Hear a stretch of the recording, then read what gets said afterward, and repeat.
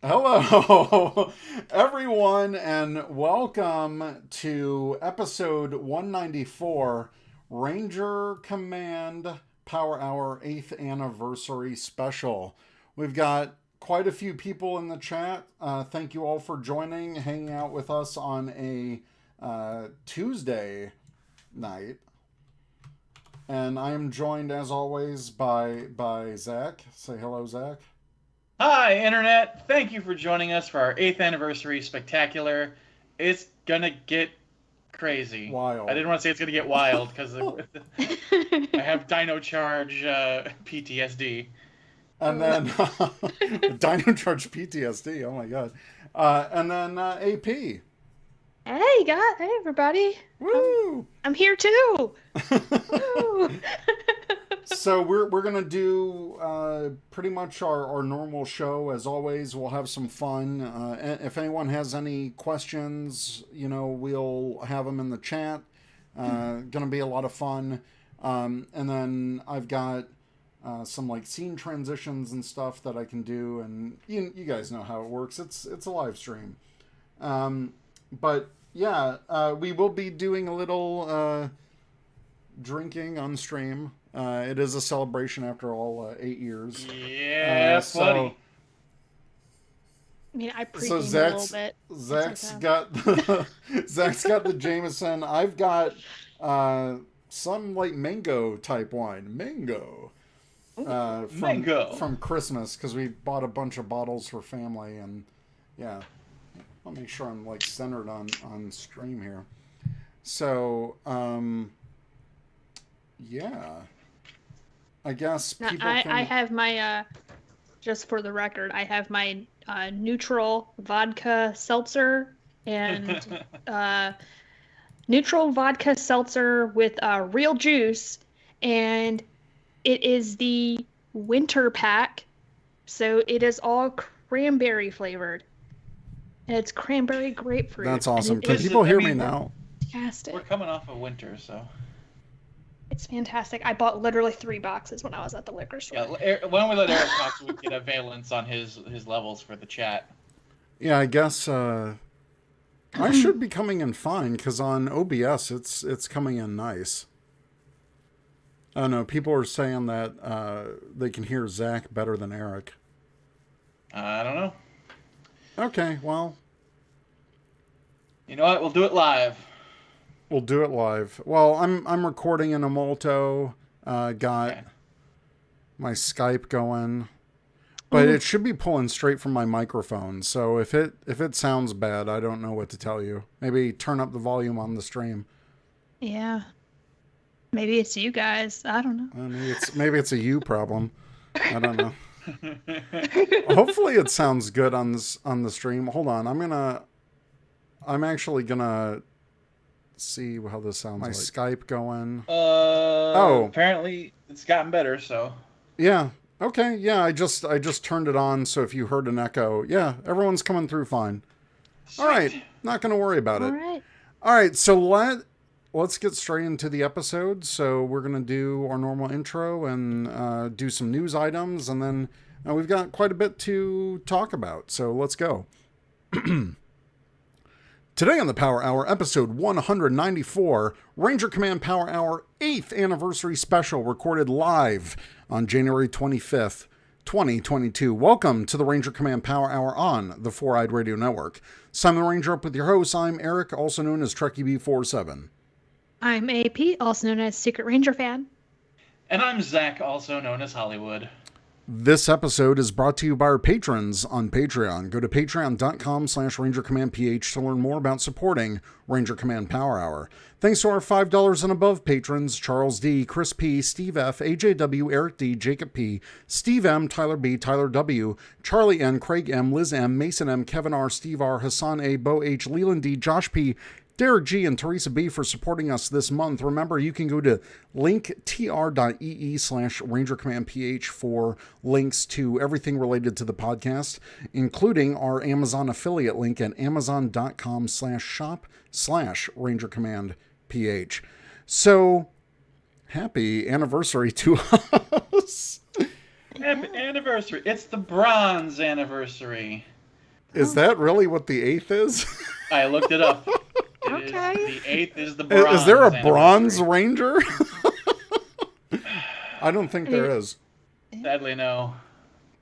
I'm drinking I think straight the from the closest bottle. we could come is Shinken Brown. Oh my gosh. So I want to give a shout out to people in the chat, going in order of appearance. We got Toku Chris, we got Arsef, we got Steve Martinez, we got Long's Toys, Luke Early, Cubs Fan 13, that's Jacob P. We got Scott Sandler, we got Edward Sanchez, we got My Name is Sean, and who else showed up? We got Sir Paladin, who said it's drinking age somewhere. We got Mr. Cooper 92 saying 8 years. And we got Database Ranger Power Reviews. Happy anniversary to Ranger Command. So thank you all for taking the time to join us. Really appreciate it. It's listeners like you that make this all possible. So 8 years, we really couldn't do it without all of our listeners. So, sorry, I just got reminded of PBS, and brought to you by viewers like you. And brought to you by viewers. It's true. It is. Our It is true. listeners made this show extend as long as it has. I mean, it all started with a late night tweet that I randomly agreed to, that we all kind of randomly agreed to. And 8 years later, we're still going. 8 years later, it's crazy. Yep. I can't believe how much time has passed within the 8 years, and it's pretty crazy. We'll get into all the mushy stuff later. We'll gush later. Let's dive into the news. We'll give people a chance to maybe shoot out some questions that you guys want to know about for the podcast. That would be awesome. So first off, if you haven't listened to it yet, we also released our extra episode 83, I believe, which we reviewed the last 4 episodes of Dino Fury Season 1, and we talked about some of the news items over the weekend for that. And yeah, we got 5-year rumor. Instead of PBS, it's PBRCPH. Yeah. I like that. Oh, see that? Okay, now that makes more sense, because the way I heard it was like PBR, like Pabst Blue Ribbon. You're already. Oh man. All right. So first off, let me see. First off, we need to cut Zach. We need to cut Zach off already. Yeah, I haven't even had anything yet. This is my natural stupidity. All right, I'm going to switch to my desktop stream to talk about this. GLAAD has announced the nominees for the 33rd Annual GLAAD Media Awards.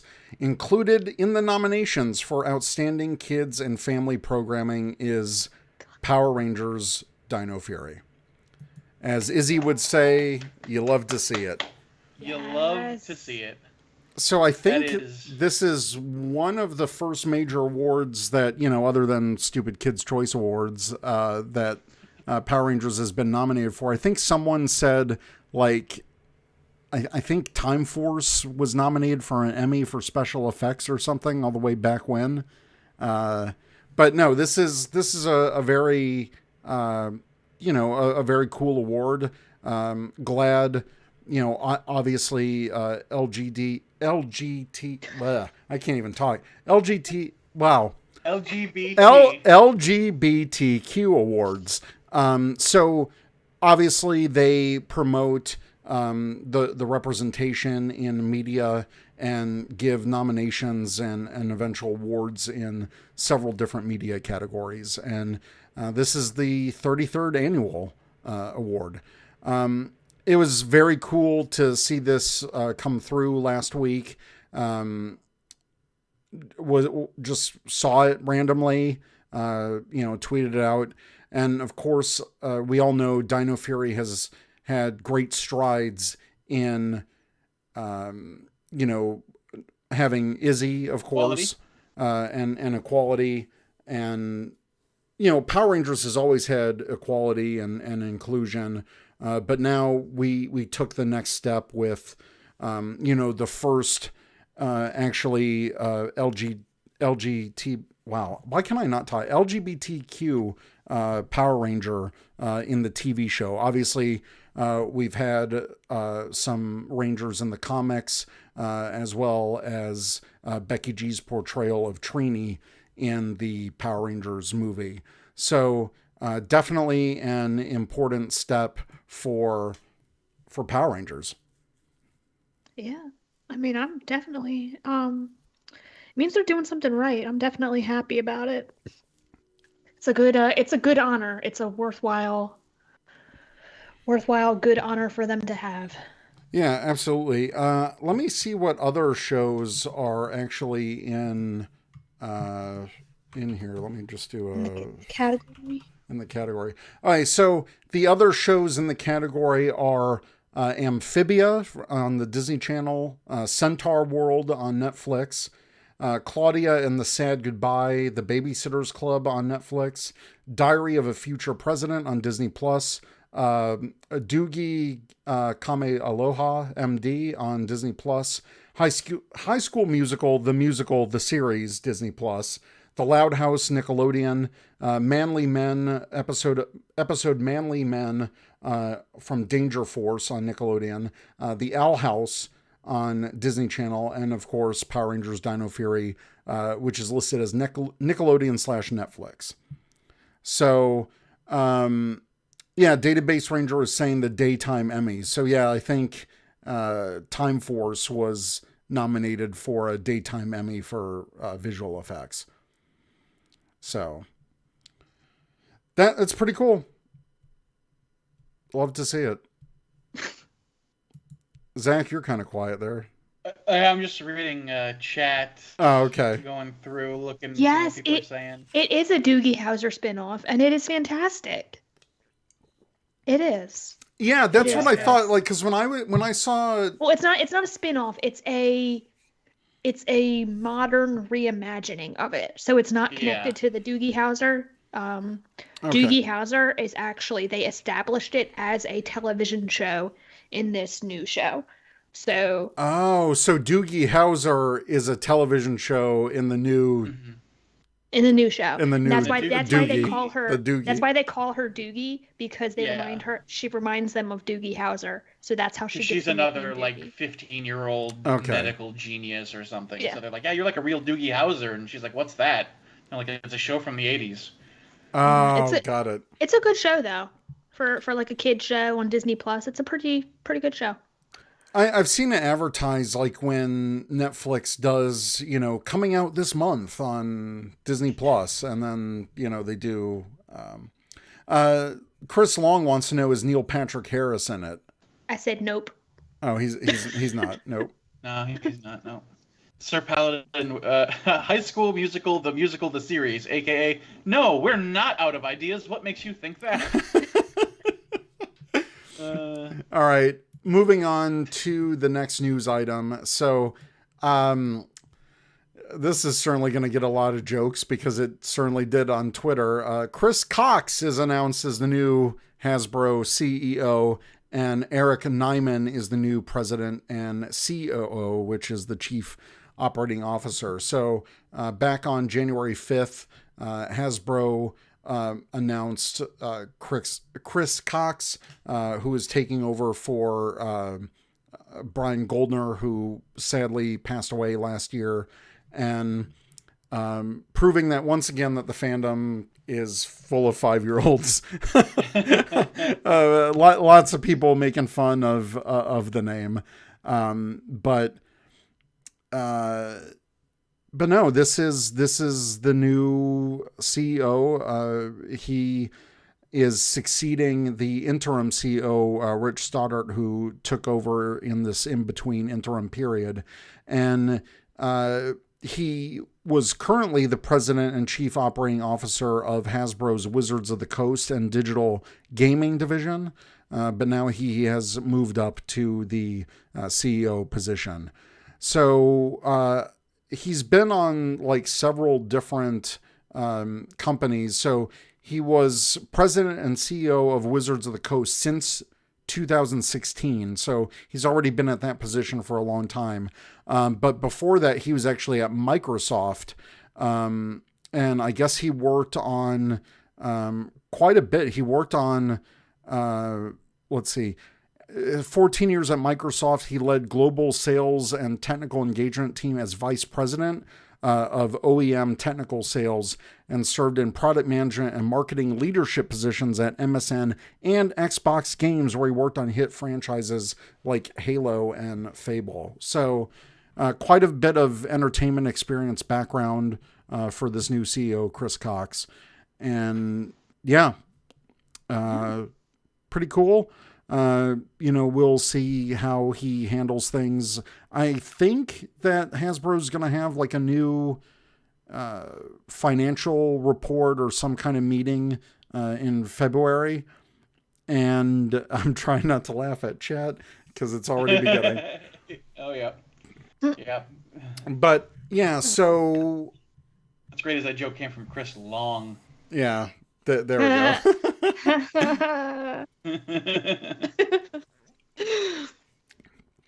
This wine is really good. I'm gonna get wine drunk. Like, oh dear. AP said, like, watch your headache in the morning. Before we get too far off topic, I did want to mention that with Chris Cox, who was formerly with Wizards of the Coast, being their CEO and everything. I hope this means that we'll get more like Wizards of the Coast collaboration material. I hope we see a set of Magic the Gathering cards that are Power Rangers themed or Transformers themed or G.I. Joe themed. I hope we get a little more cross-company pollination, because as someone who has gone in hard, should have phrased that better. As someone who went in, can't say deep either. As someone who bought a crap ton of the Dungeons and Dragons Magic the Gathering cards, I would absolutely buy even more Power Rangers Magic the Gathering cards. Yeah, absolutely. I think that's something that a lot of people will get into, and obviously stepping into this bigger role that he has, he's going to be worried about a lot more things than just Wizards of the Coast. And why is my work computer restarting? I hate that. Ooh. They're spying on you, man. God, I hope not. It's off screen, but I'm gonna shut off that monitor. Anyways, I just didn't want like my network to take a crap. But the stream says excellent condition, so why not? Ooh. Yeah. Oh, 5-year rumor is Adam. Oh, okay. My buddy Adam. Nice. All right. That's the thing. I haven't even had a drink yet. Maybe I need to go start.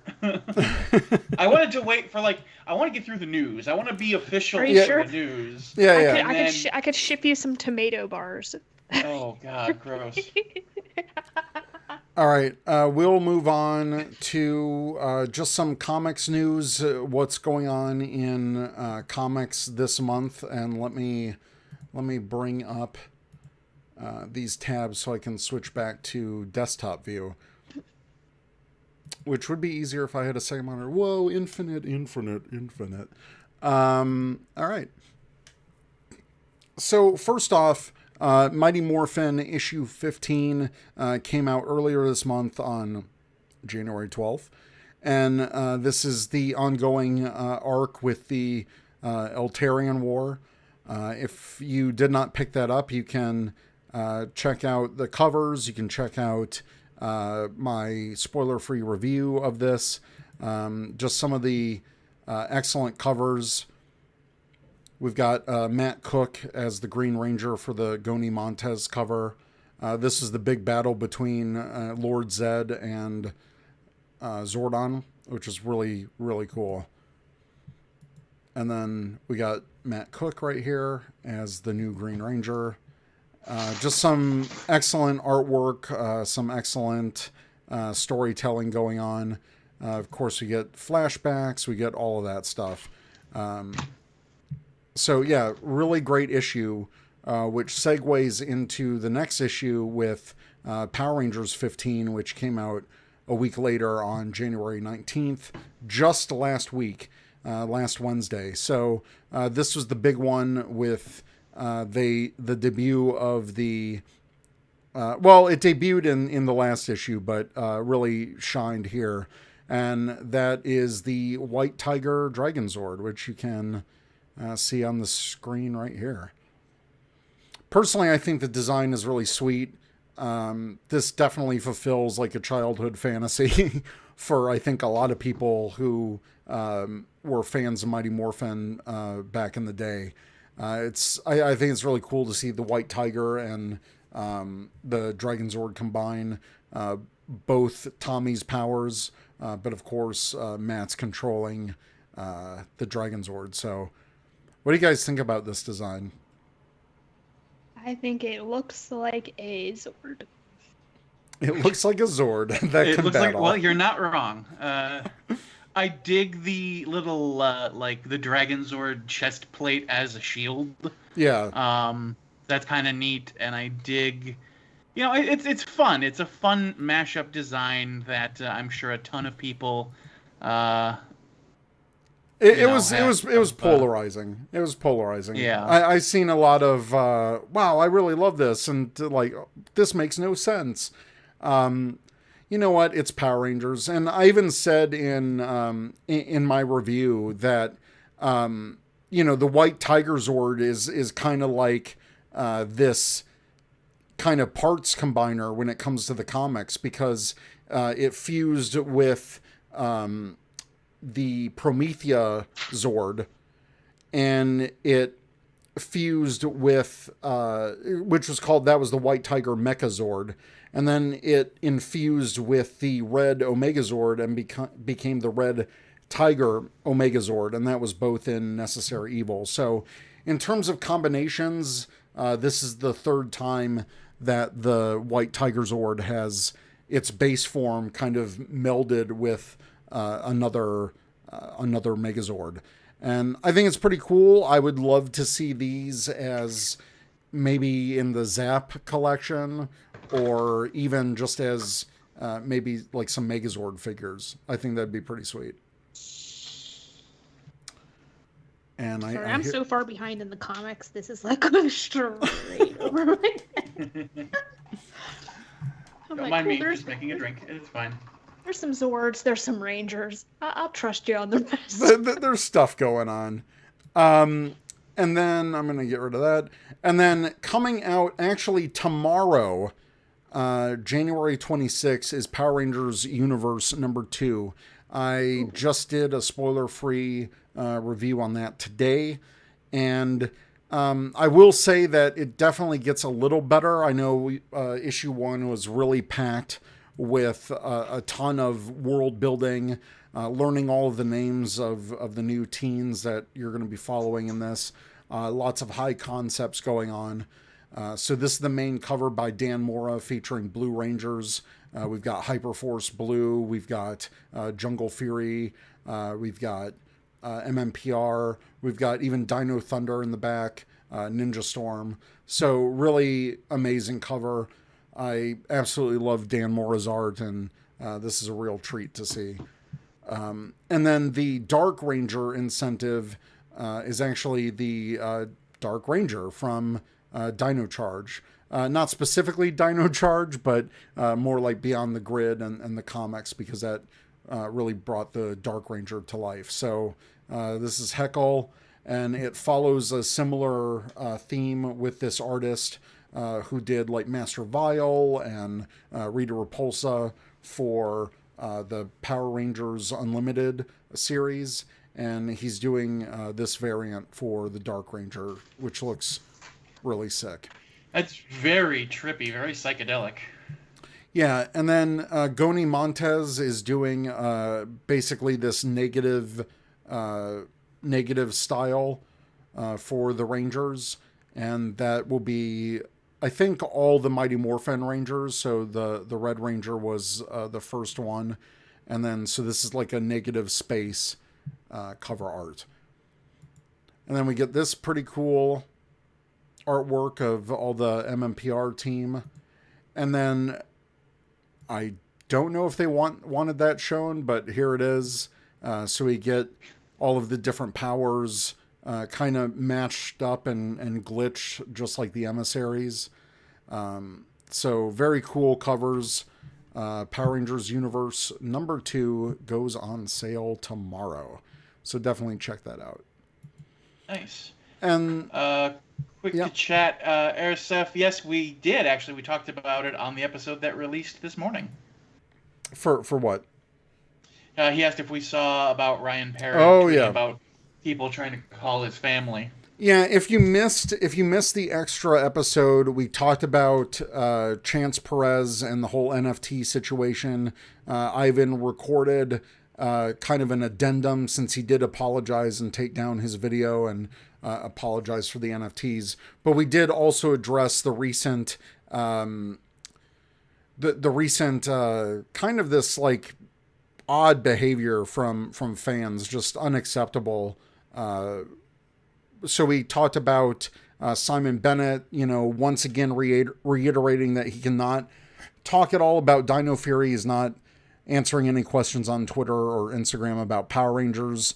And then we also talked about Ryan Parrott, who tweeted out that no one should be calling his family to get a job in comics. It's a bad situation. And we even mentioned Brian Edward Hill, who's writing the next Power Rangers movie. He actually had someone ask him about casting for the new movie, and just something unacceptable that, people really shouldn't be bothering them about. So. Yeah. We did talk about it. This stuff is good. This is dangerous. I do have water. I'm actually gonna stay hydrated. Drink responsibly. I don't. I have this, and it is with this I think we should transition and toast. I've got one more. Come on. Oh, there's one more? I just wanted to mention briefly, I'll switch back to my desktop. And I'm not going to get deep into this because this is spoilers. But we do have the Power Ranger solicitations for April. So coming this April, we've got Mighty Morphin 18. And so this is the aftermath of the Eltarian War. So the aftermath, and Matt Groom, who is from the Ranger Danger podcast and has written several comics like Self-Made and Ultraman with Kyle Higgins, and now Inferno Girl Red, and the upcoming Supermassive comic coming out next month. He is taking over for Mighty Morphin, starting with issue 17. So apparently, if you heard our interview with them on earlier this month, the first episode of the year, we talked with Kyle Higgins and Matt and Michael and Ryan Parrott. And towards the end of the episode, Matt did reveal kind of his plans for who the focus of his run is going to be. So we're definitely going to get a lot more Rocky focus. And the synopsis definitely confirms that. So Rocky and Matt the Green Ranger wait in tense anticipation for the return of the away team. Emotions run high as Zordon acknowledges a hidden history involving him and Promethea and how much the war has affected him, while Rocky is torn on different responsibilities that might be irreconcilable without help. Oh, that's a funny word to say. And then Power Rangers 18. So Ryan Parrott is still continuing with just Power Rangers. And there's going to be some reacted. So apparently the Omega Rangers take a big risk, splitting up after receiving separate distress calls from two different planets. Zach and Trini bring an unexpected guest back to safe haven after the battle, while Jason and Yale encounter a rogue, Redacted, determined to avenge the destruction of his home planet. And I don't want to get too carried away with this, but destruction of his home planet, and we had in the comics before that it was mentioned that the codes that Astronema gave the codes to Sirius, to Grum, I think we're going to see Doggy Kruger. I think this is his red cloak from the SPD episode. What? From the past when he helped Z as a child. Oh my god. I think they're going to encounter Doggy Kruger. Oh, that'd be neat.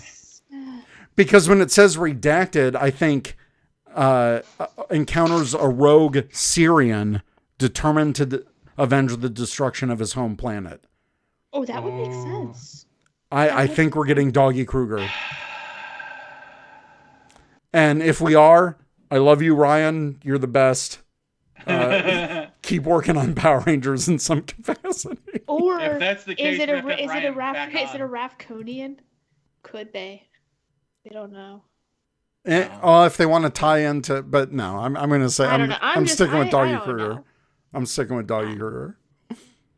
But the other cover for this, wow, I don't know why it wouldn't let me open the other one. So cover B, that's actually Zach and Trini on their away mission, and those are the two Zords back to back. And that's the Daniele Di Niculo cover that he's continuing with the Legacy covers. And then finally, we got Power Rangers Universe 5, which is on sale April 27th. Some cool covers. I'm not going to read all of that, but we get the Black Ranger cover, which I think is pretty sweet. So yeah, that is enough with the comics. I am going back to our screen. So, hey, that is it for the comics. That's it for the news. It's time to celebrate. It's party time. It's Miller time. I don't know. So, first off, I just want to say, once again, just a huge thanks to all of our listeners that have supported us throughout the years, whether you interact with us or not on social or whatever. We know that there's a ton of listeners out there, and we've got some of our most dedicated friends here on the podcast. So I do want to say cheers, even if you're drinking water or something else. I want to say that I am slightly disappointed in all of our listeners right now, because we have 18 people watching us and only 8 people have thumbs up our video. And it is just a tad disappointing to me. AP is calling out. Just saying. We start year 8, huh? With y'all need to start hitting that like button. I mean, unless you're all hitting the dislike button, I don't know, because YouTube removed it. YouTube removed it. Because they suck. Well, they are getting into NFTs, so... Oh, Lord, no! Oh, Sir Paladin in the chat said now YouTube wants to do NFTs. No fucking thanks. That's what it is. Yeah. NFTs, oh my God. No fucking thanks. So really appreciate it. We got Josh Perry joining us in the chat. We got Burgundy Ranger, just some more shout outs. Some person called AP Secret Ranger fan. I don't know who that is. Neither do I. I'm kidding. Like the pop-up video. Pop-up video. Yeah, so... we have 16 likes now. Y'all listen thank to me. you. I'm so wow, proud. Look at that. Our viewership went down a bit, so thanks, AP. Coming through. You guys are coming through. Oh my God. Eric, don't blame me for that.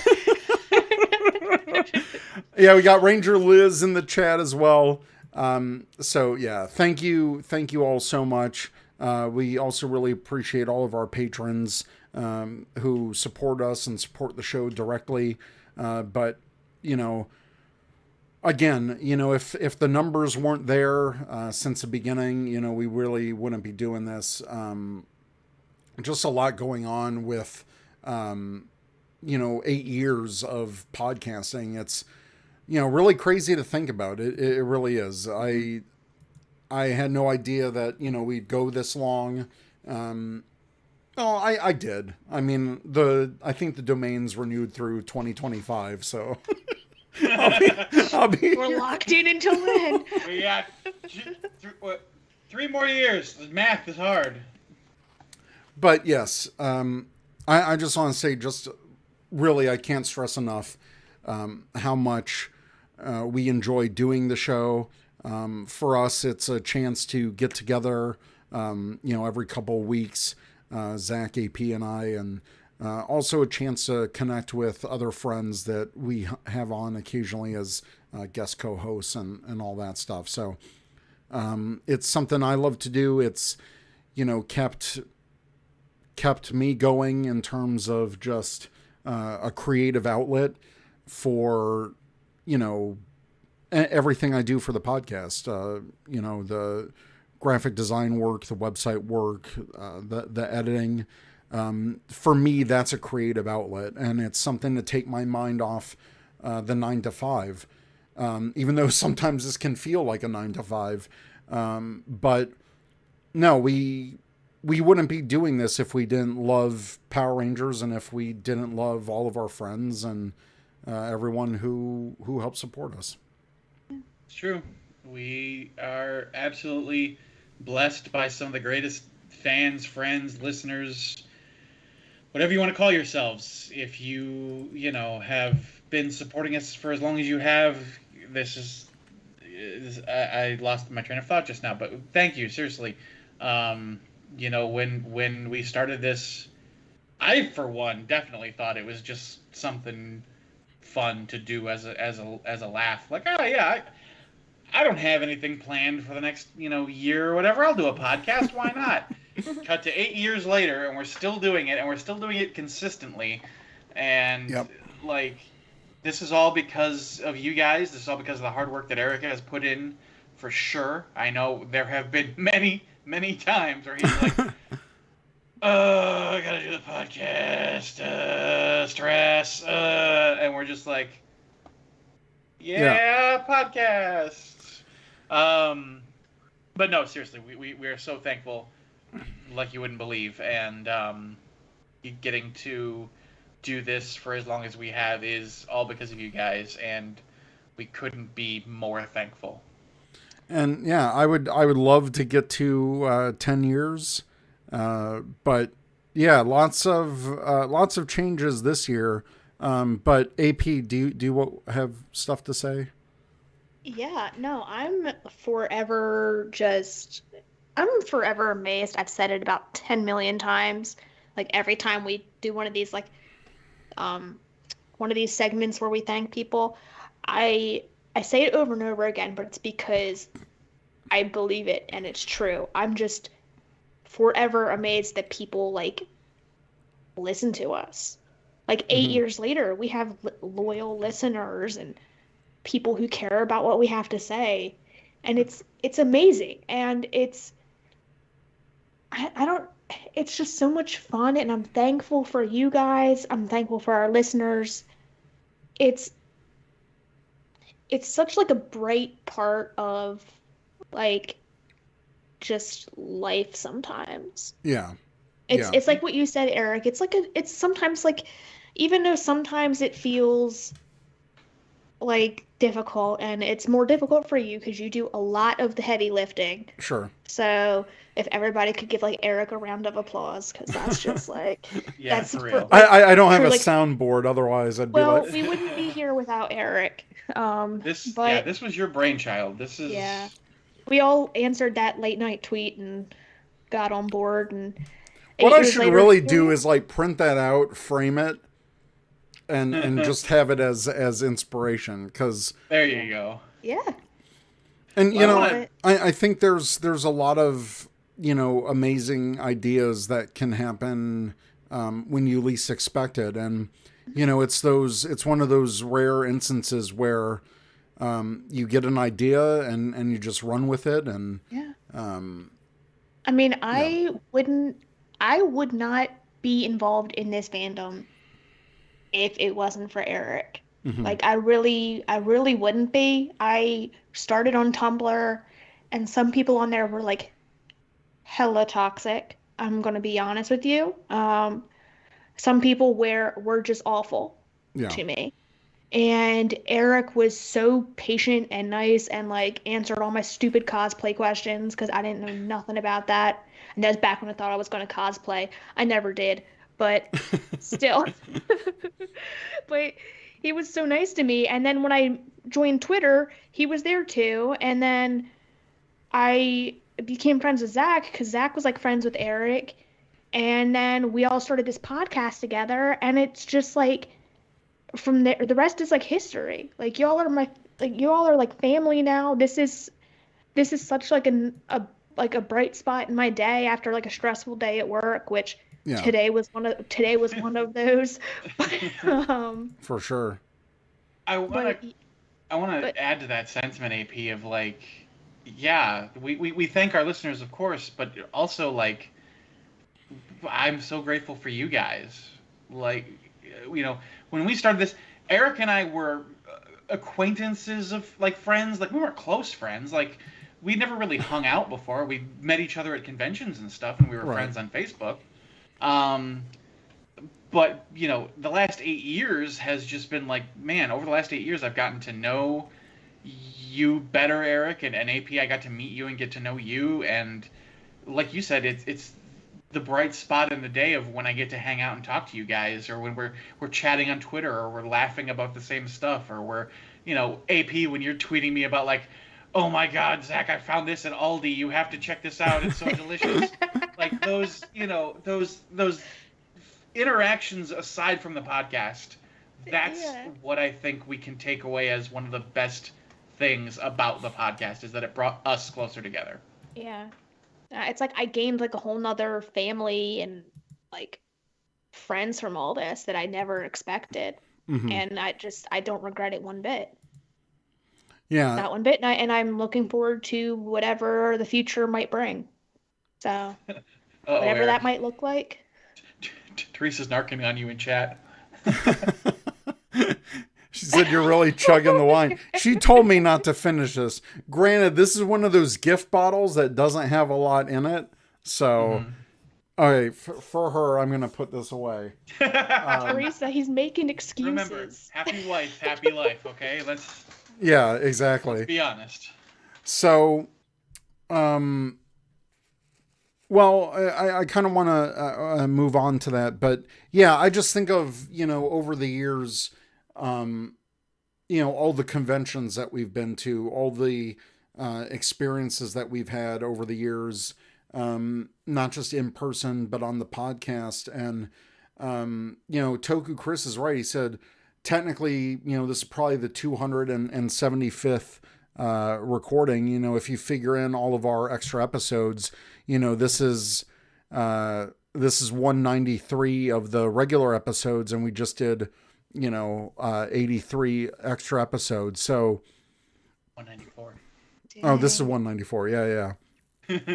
So no, it's a ton of recording. It's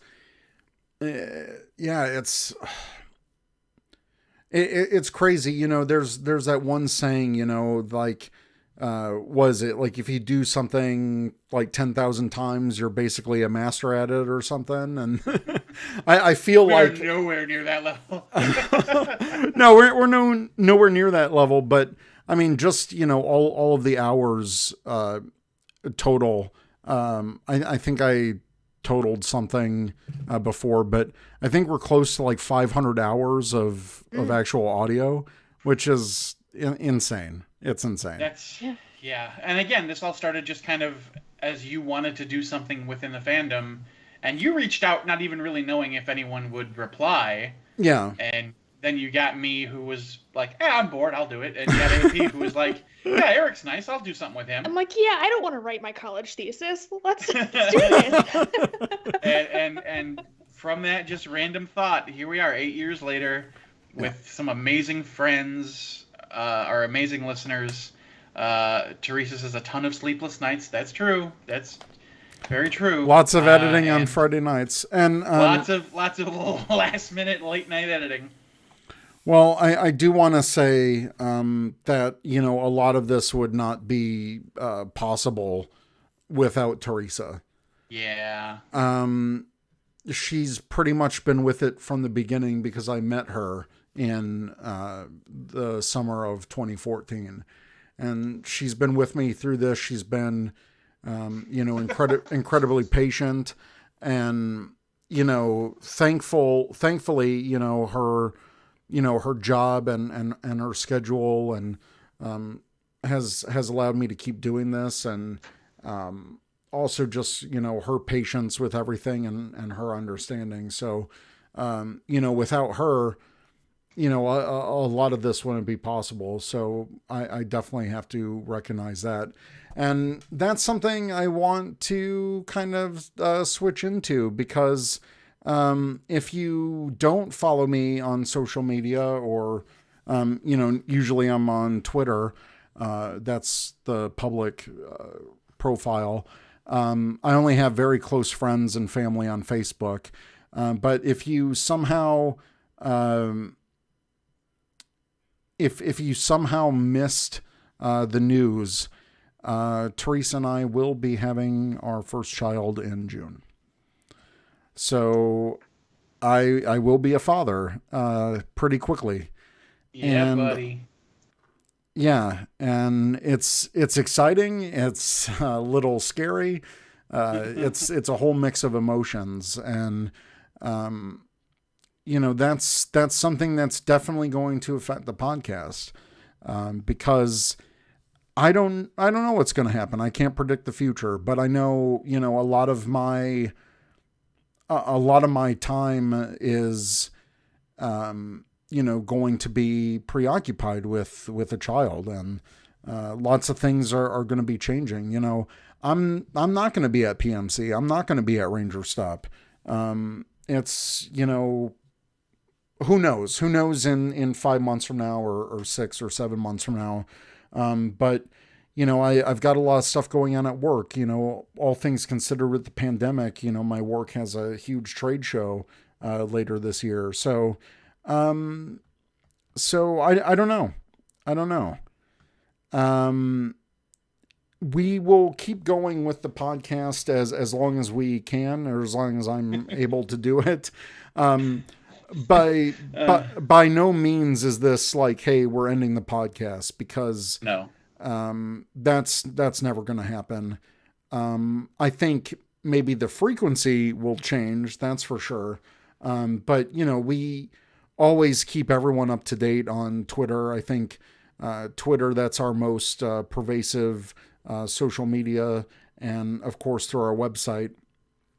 I'm still going to find the time to, still keep things updated and all of that. And look, I still got a good 5 months before, I have to reevaluate some things. So, as far as I know, we're still going to keep producing episodes. Lots of stuff coming up for Power Rangers. Hopefully sometime soon we'll know what the 30th anniversary is going to be, what the Netflix plans are. So we'll see. But we are pretty much on track, like in our regular episodes, for episode 200 of our regular show. So I have no idea what we're going to plan for that. I know for episode 100, we kind of did this huge skit, which was a lot of fun. But yeah. We need to return to skits. Episode 200 is just me screaming. It's just you screaming? Oh my God. It's just me screaming in frustration. Just all of us screaming in frustration. Pandemic. 2 years of pandemic. You know what? The pandemic, all things aside, I'm so glad that we were still able to keep, I'll say one thing. The podcast was my pandemic, sanity check. For sure. Yeah. For sure. Yeah. And you guys definitely kept me sane, because not only did we deal with the pandemic, I moved right before the pandemic and had no one, and my social life turned to the internet, and you guys really helped keep me safe and sane, and I am super appreciative of that fact. We've got a ton of people in chat with a ton of jokes about Baby Barry. Oh my God. So Zach, you want to do a chat check? Sure thing. So we're going to check in with chat. Toku Chris says, name the baby after your hosts. Name it Secret Ranger Zach Fan. quite a long name. Database Ranger is welcoming you to the Fatherhood Club. Nice. Sir Paladin says congratulations to both of you and Teresa. And where was the one that was hysterical? Oh, right, here it is. Chris said, Eric, don't ever go spelunking. Don't ever mess with any Ninja Nexus Prism thingies. Don't get a butler and build robots. Oh, yeah, Adam I will do none Long's of that. Toy says, just don't be one of those podcasts that doesn't put out an episode for 7 months. I think we all know who you're talking about there, Chris Long.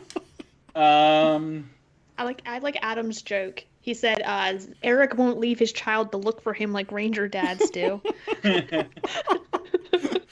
We got Mason Merrill in chat saying, sorry I'm late to the party. Congratulations on 8 years. Mason, thank you for stepping in, brother. Good to see you.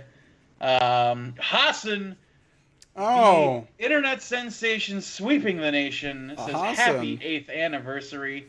My man. That's awesome. Thank you, Hassan. Appreciate it, brother.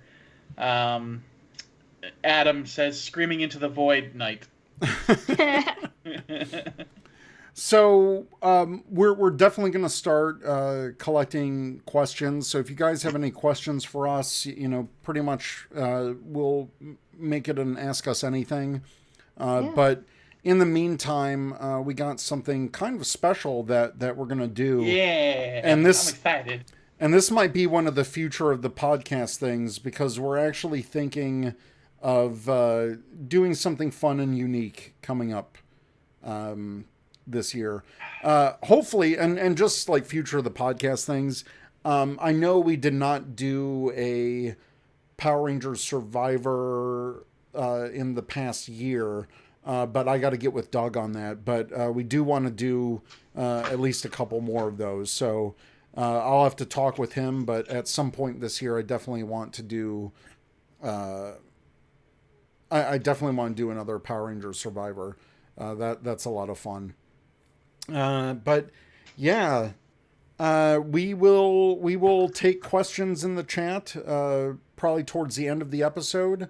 I'm going to hand this next part over to Zach. Oh, fun! Hand it over to the drinking guy. Well, hey, it's your time to shine, buddy. You're our guide in this journey. Oh dear, let me fix my posture, because that's an important thing I should work on. As I just poured myself more Jameson and Coke. So, chat, what we are planning is, at some point in the coming months, we will be doing a Ranger Command playthrough of the Renegade Game Studios Power Rangers RPG. This is something that both Eric and AP expressed interest in, and as the host with the most tabletop gaming experience, and the host with the most, babe. Sorry, I just thought of Beetlejuice because my drunk brain is free associating. We're gonna do character creations for the Power Rangers RPG. So if you are curious at all about how the character creation works, please make sure you're paying attention. You can follow along at home if you have a PDF of the character sheet, or if you are like Eric and you pre-ordered the game and you have the role-playing game book PDF, you can follow that too. So I actually have the book on the screen. So Zach, I will. Everyone can see this at home, I think, because my OBS, yeah. So if you want to go through certain points of the book just to kind of explain certain things, and then we'll go into the character creation. Sure thing. So let me open up my copy that I was actually in the middle of opening up. Okay, so we're just going to skip ahead to Chapter 2, Character Creation. This is... Basically, what we're going to do today is create your guys' Ranger personas in the game. I haven't read ahead to like Zord and Megazord creation stuff, so we're not going to worry about that today. We're just going to worry about what is your character, what is your backstory, your color, all this, that, the other thing. So yeah, Chapter 2 begins on page 15, and this is... What does it say 15 in my PDF? Anyway, never mind. Ignore me. So, step 1 is character concept. Your character concept is essentially 4 things. It is your origin. It's your role on the team. Basically, which color are you? Your influences, which is stuff that happened in your civilian life that influences you as a ranger, and your essence points. And your essence points, if you guys look on your character sheets, excuse me, got a hiccup. Your essence is broken down into 4 attributes: your strength, your speed, your smarts, and your social. Now, among these 4 attributes, you get a base of 12 points to spend. Okay. You can distribute them however you wish to. If you want to be super strong, you can put like 4 points in strength. If you want to be fast and agile, maybe 4 points in speed, and then even out the rest of the points however you want. The book does say that an average spread. Let me get to that part of it. Where is it? Give me 1 second to find it, because it's not. No, we're not choosing origin. We're choosing character creation. Essence. Where is the essence bit? Essence scores and skills. Here it is. That's where it is. Call out page numbers so I can, like, page in the PDF, so I can just sure. I will once I double check where I saw the like average spread of scores earlier. Oh gosh, where did I see it earlier? Why is it not here? Let me pop out chat just so Oh, and I figured out I have a PDF editor on my phone, so I'm just like putting stuff in on there. I downloaded it to my phone. There you go. It was just a blurb in a small paragraph, and I don't know where the hell that paragraph went. But basically, yeah, you have 12 points to spend in your essences, basically, is what they are called. Oh, here it is. Aha, found it. It is on page 16, and it's step 5, assign essence points to your essence scores, but that should be the first step, and I'll explain why in a bit. Okay. But it says here, when you create your character, second paragraph on the page, or on the underneath step 5, when you create your character, you will have 12 essence points to spend between the 4 essence scores. Your GM may let you assign these points however you choose, but the most common spread is 4, 3, 3, 2. This means that you put one of each of these numbers in the essence score of your choice. As your character grows and levels up, you will get more essence points to spend. Okay. So, for the example character that I made him as a more physical character, okay. So I assigned more points into strength.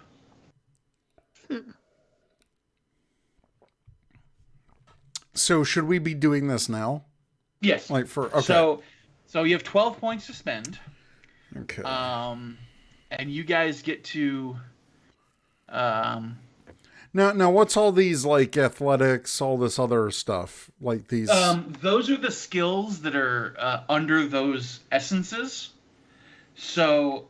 Will we get to choose that at some point? Yeah. How that works? Yeah. How that works is the number of points that you put into your essences is the number of points you get to spend to buy those skills.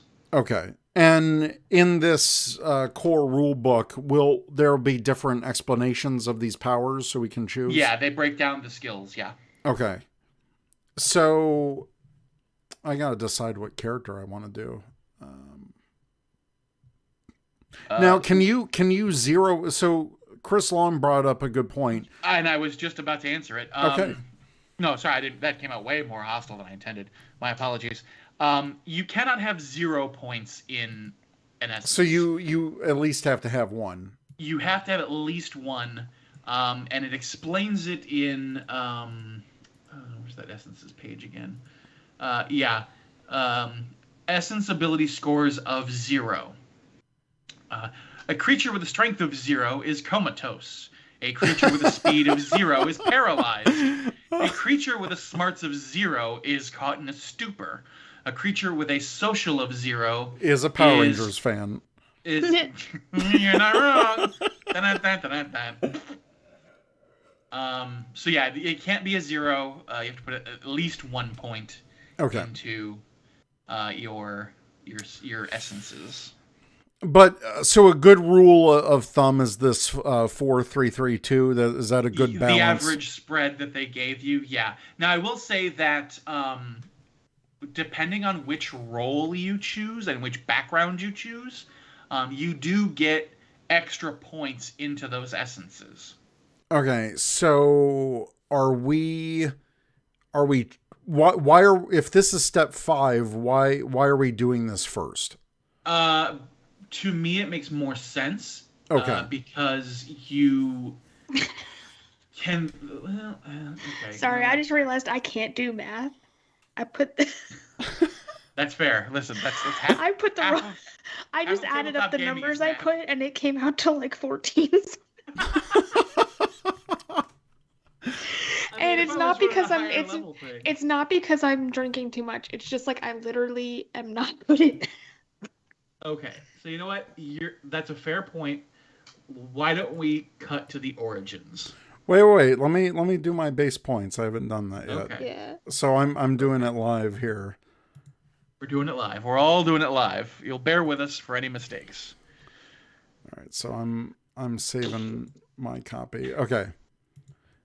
Now, do we keep this secret? Like, is AP going to tell me hers? Am I announcing what mine are? This isn't by a secret or anything. Like, you guys can share your scores if you want to, because sometimes that can help too with character creation, where it's like, oh, if I know that so and so is making a strong character, then maybe I'll make a more agile, more finesse type character.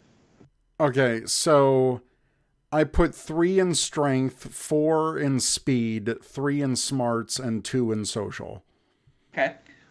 So you sound like you're going to be a fairly competent fighter with an emphasis on being more agile. Yes. Cool. That works. All right. I've got 3. No, I've got 3, 3, 4, 2. That's 12, right? Yeah. That's 12, yeah. Okay. So cool, you, AP, you're are going to be... You're going to be a Yes. fairly average fighter, but you're going to be pretty smart. Okay. All right. So that's everybody happy with their base scores? Do we pick a name for our character? Oh yeah, if you want to name your characters, by all means. Up at the top of your character sheet, there's a spot for your name.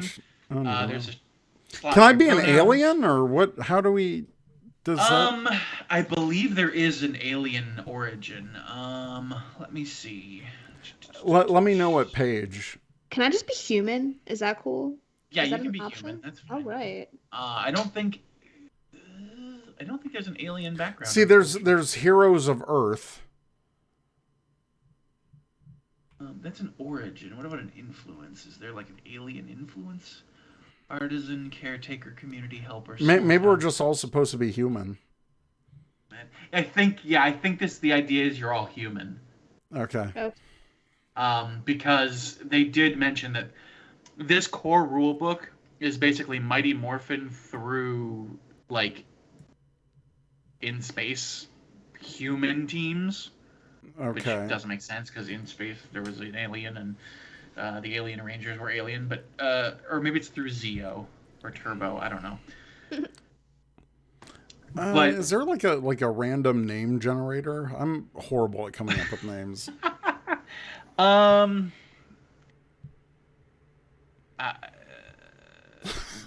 You know what? Random name generator. I think I have one in my like D&D bookmark. So give me 1 second. See if I can find that.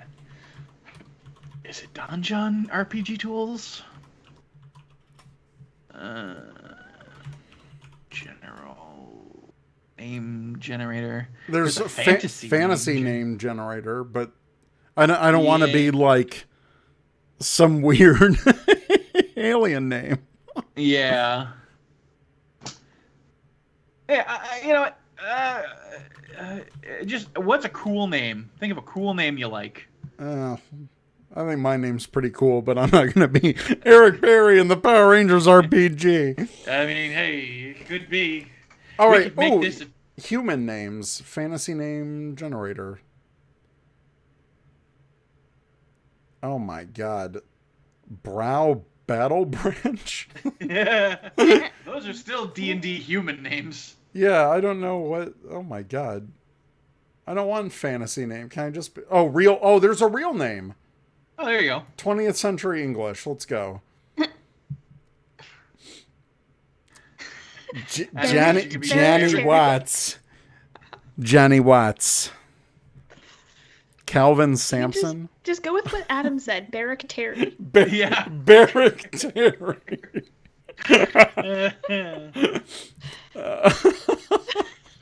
Teresa said Corgo. I'm not going to be named after a dog. Chris Long says Sven Wellhung.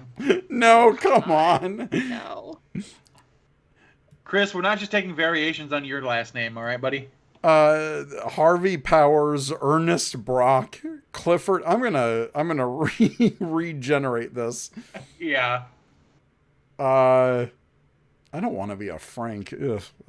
It's perfectly acceptable to like just wholesale steal your name from a favorite fictional character. That's what I'm doing. I don't want to do that though. Okay. That is what I'm doing. Wait, Theodore James? That's just like TJ. TJ, Theodore James Jarvis Johnson. You're TJ at that point. I could be Ronald Berger. These are horrible. Eugene Coffee. Okay, let me pit it to you this way. When you envision your character, he's agile, he's a decent fighter. I kind of want to be Gene Coffee. Then by all means, be Gene Coffee. I want to be Gene Coffee. Okay, we have Gene Coffee. Gene Coffee. Eric Cherry. Eric Cherry. Eric Cherry. Teresa says Vance Peely. I'm not going to be Peely. No, right, I'm going to be Gene Coffee. Okay, so we have Gene Coffee and AP. I'm coming up with it. Give me one. I could get female names.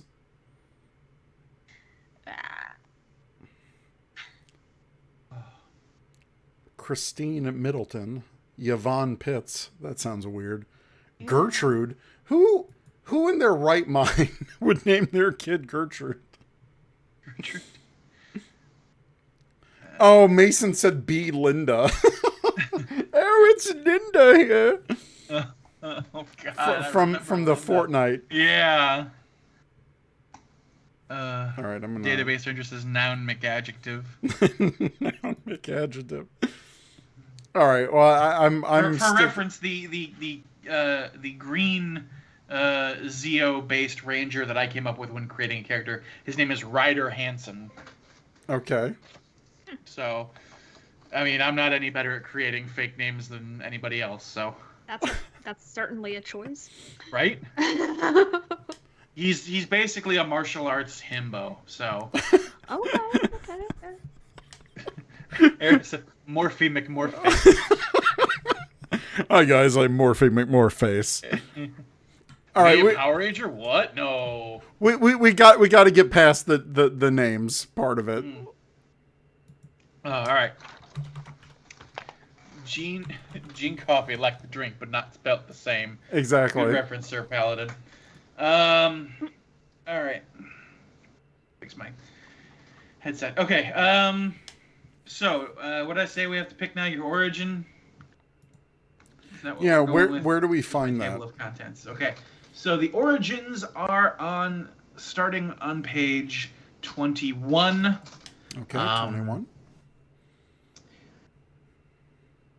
And this tells you about your kind of so your origins will increase some of those essences depending on which origin you pick. Is there a list of origins? It's just not like a short list. It's like it explains the background, or sorry, let me try again. It explains the origin and all the things that come with the origin. So for example, Ryder, the character I created, his background was that he's cynical. Okay. No matter what the world throws at you, it only takes a pair of crossed arms and good eye roll to deflate the nature of it. You are sarcastic and dry, possibly even jaded from happenings in your life, but nothing strikes you as completely exciting or breathtaking, even though it hands you new adventures all the time.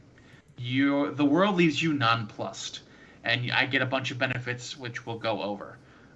So these you guys are going to kind of have to look over on your own. AP, did you have a copy of the PDF? I do not. Okay. Can you send her a copy real quick? I sure can. I did not just admit to that on stream. That's a lie. What?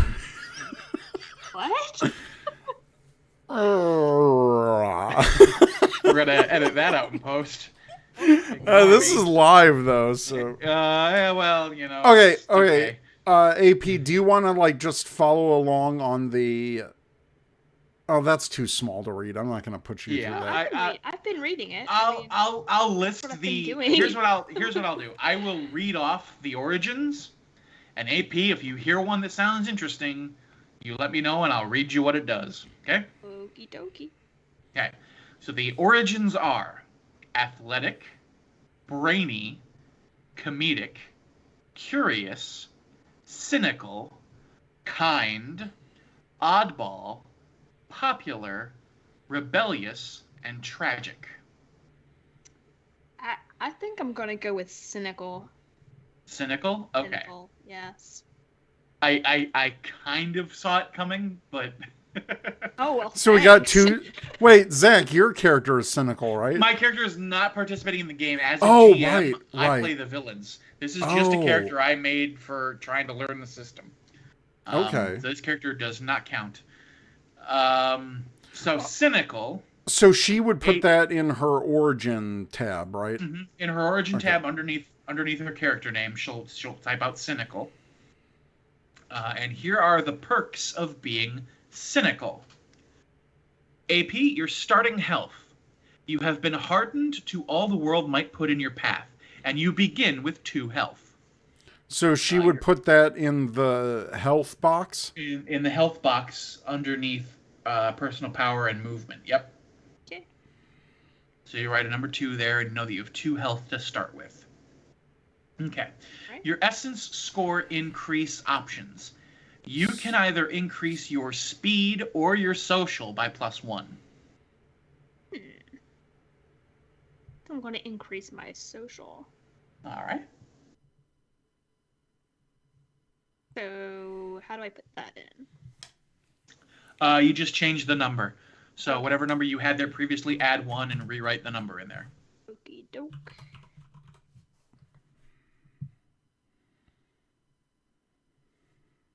All right.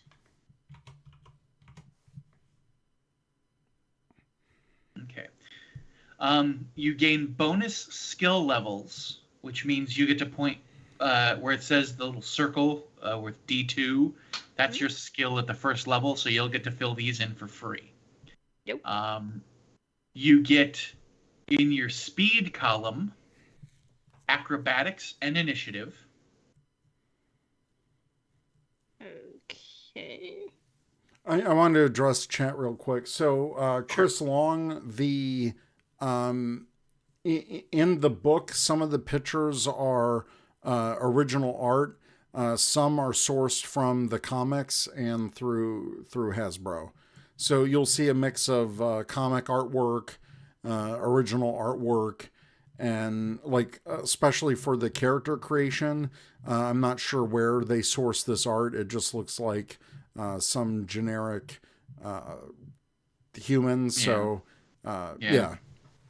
I want to also address his other point, why Chris Long never got into D&D. D&D character creation, by comparison, is so much simpler.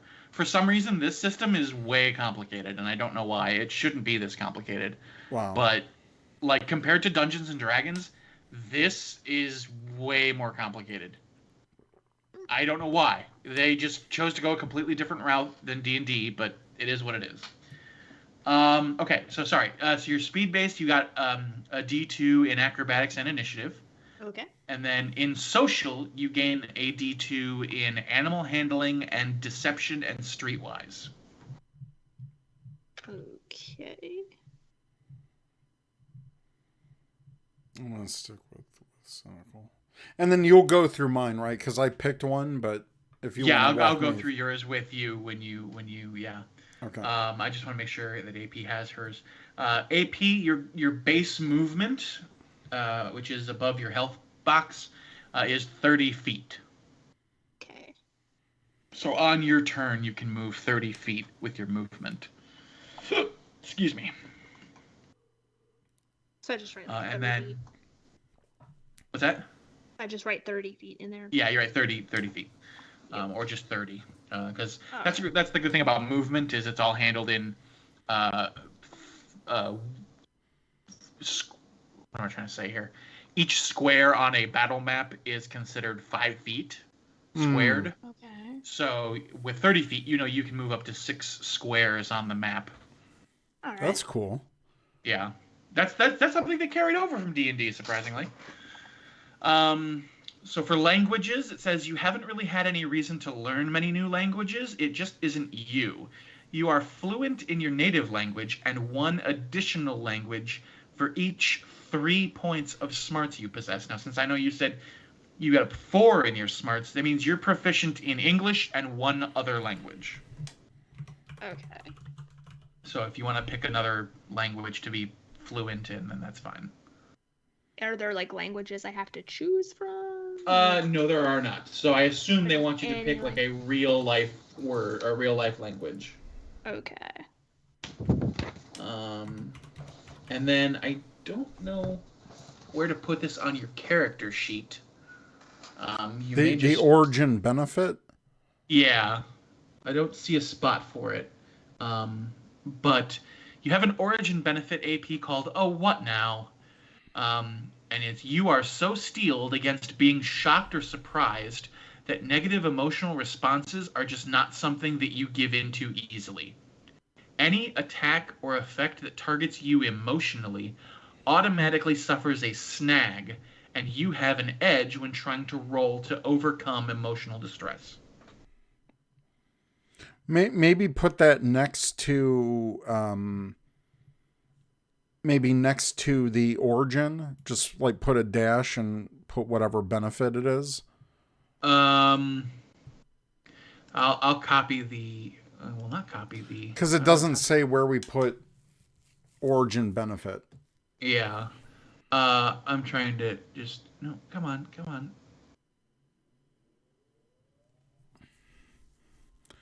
Well, like this is a lot. This is a lot. This is when I first started to sit down to read this book, I was like, wow, this is so much more. Steve Martinez had a good question. He says, now when you make your own character, is it an MMPR ranger or do you also make your own ranger or team name? So that is an interesting point, Stephen. In the book, it specifically says that Adam's got to duck out. Happy 8th anniversary. Thanks, Adam, for coming by. Thanks, Adam. In the book, it specifically says that the book is tailored to the power sets from MMPR to, I think, like Turbo or In Space. Like the Zordon era of the show. So the book kind of, quote-unquote, limits you to those power sets. However, speaking as a DM of almost a year now, honestly, I think you could take those power sets and just overlay them over whatever theme you want your team to be. Okay. So, like, if the Ranger Command crew, came up with, like, hey, we want to do an animal-themed team, then we could say, okay, well, what do we base it on? Well, let's base it on the Zeo powers. So okay. In the book, we would go off of the Zeo powers and weapons, but we'd reskin everything to be animal themed. Okay, so maybe when and we'll do this offline. So for our listeners, what we'll do is we're gonna invite a few people that can have the time commitment to do this, and we're basically going to do almost like an audio version of the campaign. So we'll we'll probably have an hour or 2 hour long sessions whenever, we can decide to do that, which will be turned into a podcast, and it'll be kind of like a supplemental, or it might take the place of our extra episodes. So, that's something to look forward to. We've just started talking about this. So, I think Mason was definitely interested. Who else? Mason for sure, and I'm not sure who else yet. But so far we have the three of you guys. So you, Mason, and AP would be the first three Rangers. Me as the GM, I would just run the game. I wouldn't be an actual... And if this is like Power Rangers, do we need 5 or 6? It says that the base game can be played with from 3 to 5. So it does. You can do a 3 Ranger team. You can do a 3 Ranger team, yeah. All right. I would prefer 5, just if we can get... I would too. If we can get a commitment from people. We'll put the call out to the usual suspects and see who is interested. In fact, if you're a usual listener and you're hearing about this right now, please let me or Eric know you're interested. Just DM us on Twitter, and we'll figure out who we have join the team, because we definitely want to run this as a full team. Yeah, for sure. Okay, so that's all of AP's stuff. AP, your benefit, I will just copy and paste and send to you to write down somewhere. Just remind me so I don't forget. And now, Eric, what did you pick for your background? Okay, so I picked athletic. Okay. Since I had the speed, I wanted to go with that. Sure thing. So with athletic, physical prowess has always come naturally to you, and all your life you've been in good shape. It still takes a modest amount of... This is a total fantasy. Oh yeah, no. That's why it's a fantasy game, because you can play something that is absolutely not you. But it takes a modest amount of upkeep and discipline to maintain, but that has never been a hard decision for you to prioritize such things. You likely play physical sports, work out in your spare time, and maintain a healthy lifestyle. So, starting health, you're in great shape. You begin with 2 health. All right, I put in 2 health. All right. Your essence score increase options, you can increase either your strength or your speed by +1. Ooh. And I can do that now? Yep. Now, do I just change the number on the top? You just change the number. So if you put 4 in strength and you want to add it to your strength is now 5. All right, I put speed to 5 now. I'm a fast guy. You're an agile fighter. I like it. And there are weapons that you can then take that are finesse weapons that work off of your speed instead of your strength. Cool. Okay, cool. Now, what's bonus skill levels? Your bonus skill levels, these are skills that you will get because of your origin, and they will start you out at level 1 in that skill. Okay. So, bonus skill levels, you gain the following skills. So your strength-based skills you get a bonus in are athletics, brawn, and might. How do I mark that? So there's a little bubble that says D2, D4, D6, D8, all those. Okay. You mark the bubble that says D2. On all of on athletics, brawn. Okay. On brawn and might. Yep. Athletics, brawn, and might. Got it. Okay. Alrighty. Now your speed-based skills are acrobatics, finesse, and initiative. And those are also D2? Those are also at D2. This is the first skill level for free because of your origin. All right, so acrobatics, finesse, and initiative. Okay, cool. Yep, acrobatics, finesse, and initiative. Now, your ground movement is 10 feet more because you are athletic. You get to go 40 feet. All right, let me put that in. 40 feet. Cool. All right. All right. And then just like AP's cynical character, you haven't had much time to learn new languages beyond your native one. So you know your native language and 1 additional language for each 3 points of social you possess. Okay, so then I only know English. Okay, so you only know English.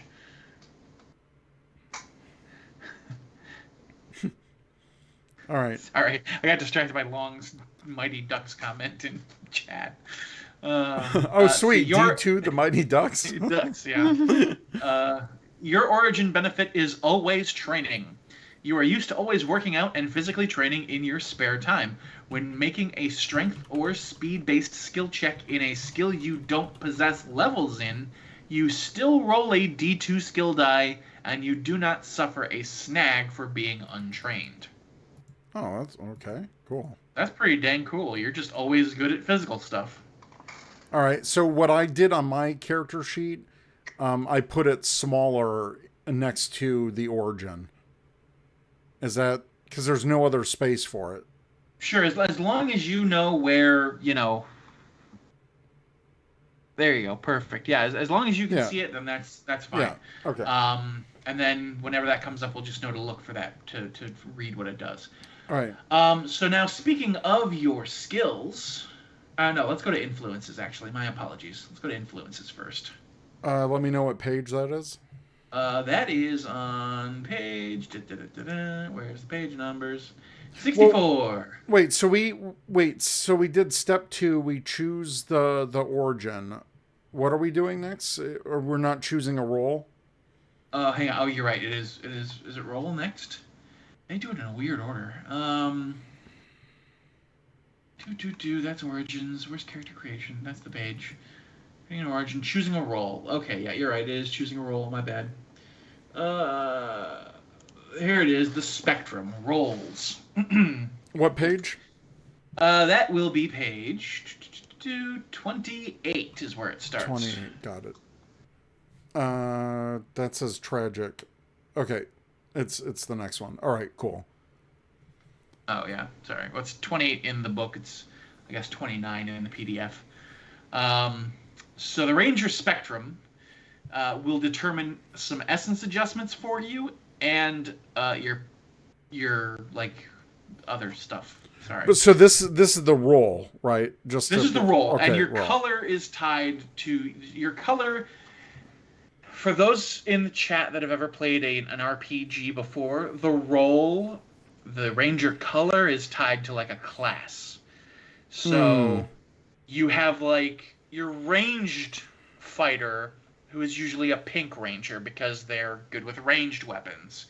You have your tanky role, who is designed to take a little bit more damage, and that's usually the Black Ranger. It's interesting. It's such a weird departure from the system I'm used to. Yeah. That it just kind of like it took me for a loop. So here's how this breaks down. Okay. Energy color, black. Description: a skilled warrior whose charm and personality helps form the bond between their team. Your essence adjustments are +2 social and +1 strength. And your power capacity growth is slow. Interesting. Okay. Your power capacity is how you do cool Power Ranger stuff. Yeah. Blue, you're a clever technology expert with the strongest understanding of the Morphin grid. You get a +2 to your smarts and a +1 to your speed. But see, not every Blue Ranger is like that. That's... Right? That was my point. Not every Blue Ranger is the genius. This is weird. It is very weird. It's why I wish they had just stuck with a reskin of 5e instead of doing whatever this essence stuff is. Okay. If you are a... Well, sorry. Since it's just AP and I creating ours, AP, what color are you going with?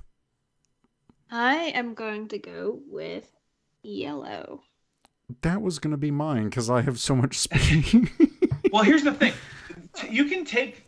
So you're already proficient in speed, yeah? Yeah.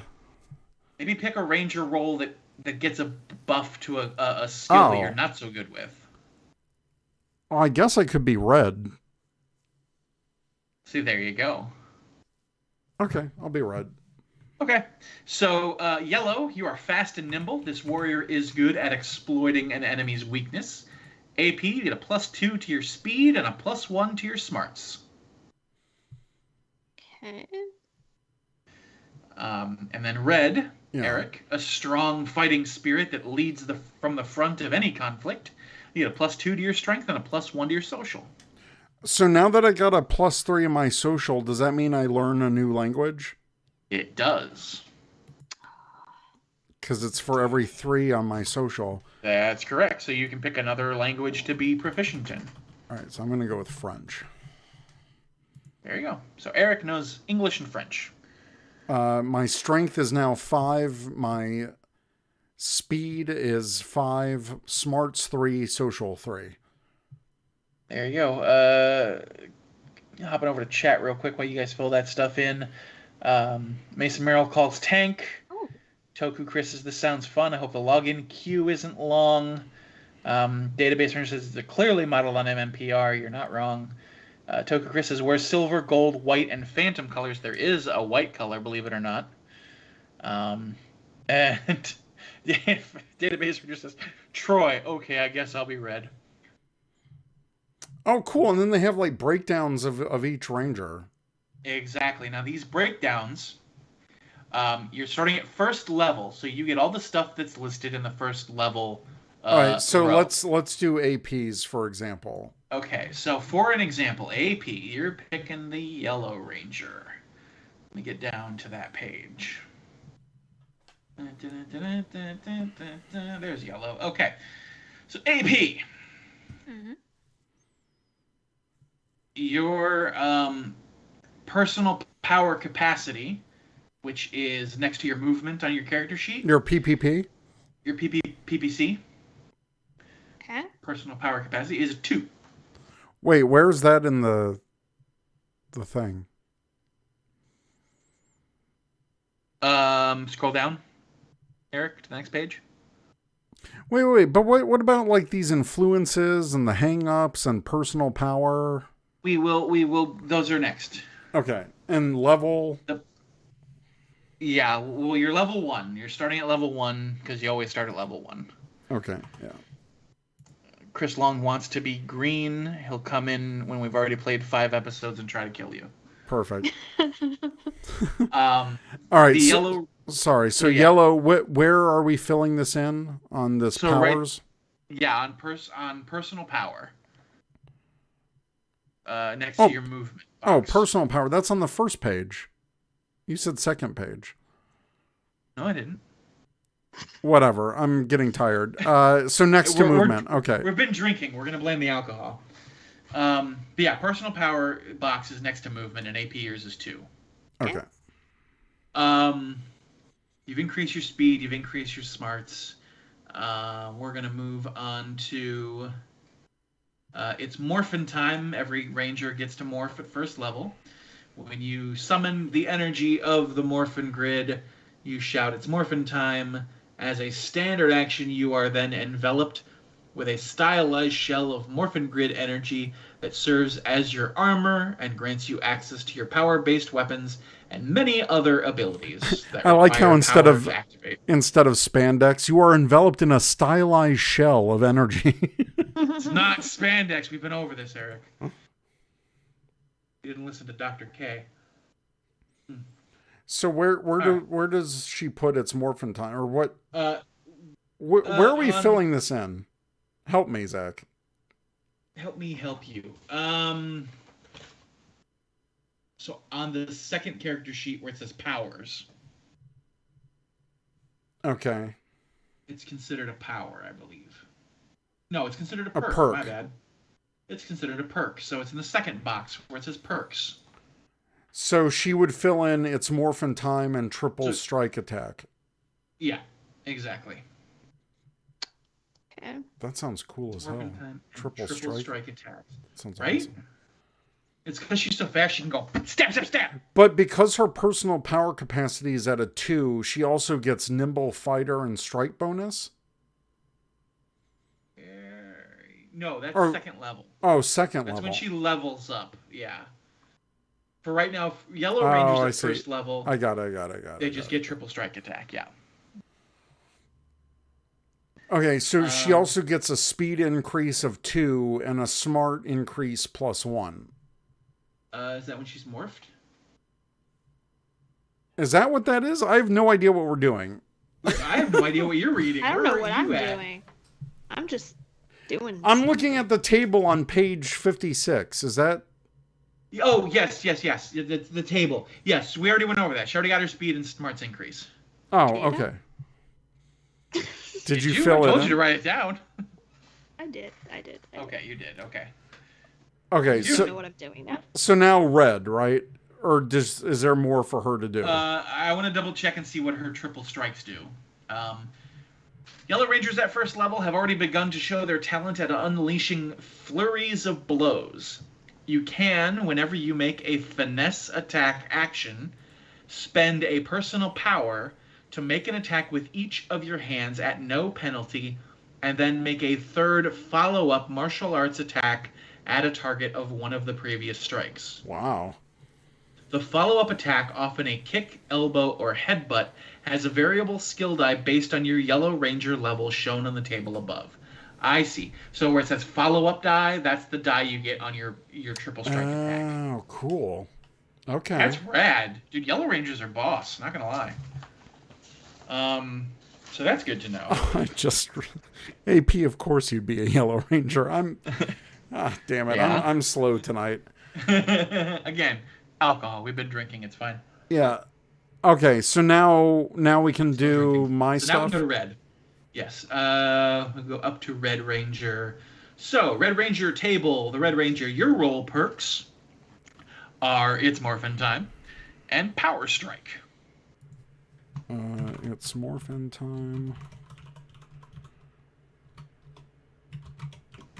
And what was that? Power Strike? Power Strike. Power Strike, yeah! Your personal power capacity is 2. So just like AP? Just like AP. Okay. Your Power Strike gives you a +1 damage bonus. Wait. Personal power 2. Yep. And I get a bonus to what now? When you use your Power Strike, it gives you +1 damage to your attack. Okay, cool. And I get a strength increase of 2? Uh-huh, and a social increase of 1. Dang. I was trying to go for a speed-based character, but now I'm all in the strength. We forgot. Sorry. Your role also gives you starting skill ranks in your skills. So we'll go back for APs. Okay. But while we're on you, Eric, for being a Red Ranger, you get +2 ranks in Might. Where the hell's Might? Underneath your strength score. It's a skill. Wait, what do I get? +2 Might. How do you get that for being a Red Ranger. So does that take me from a D2 to a D4? It does. Oh, well, math. Okay. Cool. Yeah. Math. All right. Now you're on the trolley. And you also get a +1 in persuasion because you're the leader. Everybody listens to the leader. I didn't have persuasion before, so does that make me just a D2? Yes, it brings you to a D2. Brings me to a D2 in persuasion under social. Okay. Where are you seeing this? It's underneath your table. Where? It says Spectrum role features under your table. Oh, okay. But none of that. Where does that even say that? Oh, Underneath +2. Training. Okay. There. Now I see it. Yeah. What about R2D2? That's what Toku Chris says. That's a different system, Chris. That's the Star Wars D20. Okay, I think I got it. Math. So this is training. Yeah, that's your training. You're also proficient in light, medium, and heavy armor. Where do I put that? Goes under your. Oh, it's just there's an armor box here. No, that'll be for the type of armor you use. Just know that you're proficient in those types. You can basically wear any armor because you're the Red Ranger. Cool. So we'll go over that when we choose what we're basing our team off of and how we're going to reskin it to be an original team. All right, so AP... Or if you guys just want to be a... So yeah, we'll go back down to AP. Apologies, AP. On 56. So... Yeah. So she is proficient in light armor. Yep. And her starting skill rank, she gets a +1 in acrobatics or initiative. Yep. So what are you choosing, AP? Choose initiative? Initiative determines your order in combat. A higher initiative means odds are you go first. What's the other one mean? Acrobatics. Acrobatics is just like if you decide, hey, I want my character to do a really cool flip and jump, then that's going to be an acrobatics check. I'm going to go with initiative. Okay, cool. So does that bring me up to a D4 then? Yeah, that will bring you up to a D4. Okay, nice. If you already had a D2 in that. Real quick, going to go over to chat to answer a couple of questions about database. Ranger says, a D2, is that just a coin? It is just a coin flip. In fact, if you ordered the dice set from Renegade, it comes with a power coin D2. And I ordered the Blue Ranger set, of course, because I'm me. And the D2 coin is the Triceratops power coin, and on the back is just like Power Ranger. I gotta check what I pre-ordered, but I think I did blue, but maybe I did blue in the book, so maybe I need to get red now too. Long's Toy says, gotta go. Have a good night. Congrats on 8 years. Thanks, Chris. Appreciate it. Thanks, Chris. Database Ranger's other question, and any armor, does Eric get a battleizer? Yes. Oh, hey-oh. When Eric reaches a certain level, he will get a battleizer that will enable him to be more badass. Hell yeah. Continuing on with AP, so you've done your acrobatics or initiative. You also get a +1 in finesse and alertness. Ooh. Okay, so both? I get it. Both, yeah. You get a +1 in finesse and alertness. Finesse will be, again, your like fast attacks and your like, your dexterity-based attacks in combat. Nice. And then alertness will be like, hey, do you realize there's a puppy patrol army headed your way? Okay.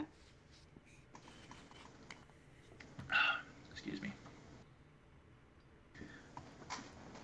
So yeah, that's for. Does it say battleizer in that chart? I'm going back up to look at the chart right now. Wow, there's Red Ranger Prime. The heck is that? Oh yeah, when you guys reach 20th level, you're basically the best Power Rangers you can ever be. All right, I'm gonna be Tommy. Actually, I don't see a battleizer in the table, but I'm sure it's got to be further in the book. And if not, I'll homebrew something, because fuck it, I'm a DM. That's what I can do. Nice. All right, what's next? So next, now that we've established your guys' roles, let me double Remember check page numbers. The next step will be your influences, and that will be on page in the PDF 65. 65.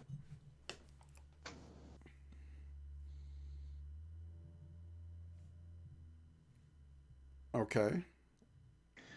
And influence is in the box next to personal power, correct? Yes, it is, as well as hang-ups, because with your influence will come a hang-up that is a character flaw. Oh. Everybody gets one, and it's something interesting that'll happen. I can't talk. So a quick rundown of the influences are artisan, caretaker, community helper, small town roots, martial artist, nomad, not from around here, student, and survivor. Oh, and teacher. Teacher's the last one. No, I got not from around here, student. Oh, survivor, teacher. Okay. There's just a big There's a big full page character art of the survivor. Okay. Oh my gosh. So AP chooses one and then I choose one, right? Yeah, you guys choose your influence. AP, what are you thinking? I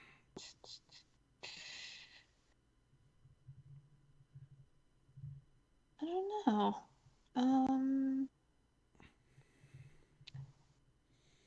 What's the last one again? The last one is teacher. Oh, not. And I don't think that means like you're actually a teacher. It means you're someone that is just naturally can teach and educate people. Yeah. Then there's survivor. There's student. There's not from around here. There's nomad. There's martial artist. There's small town roots. There's community helper. There's caretaker. And there's artisan.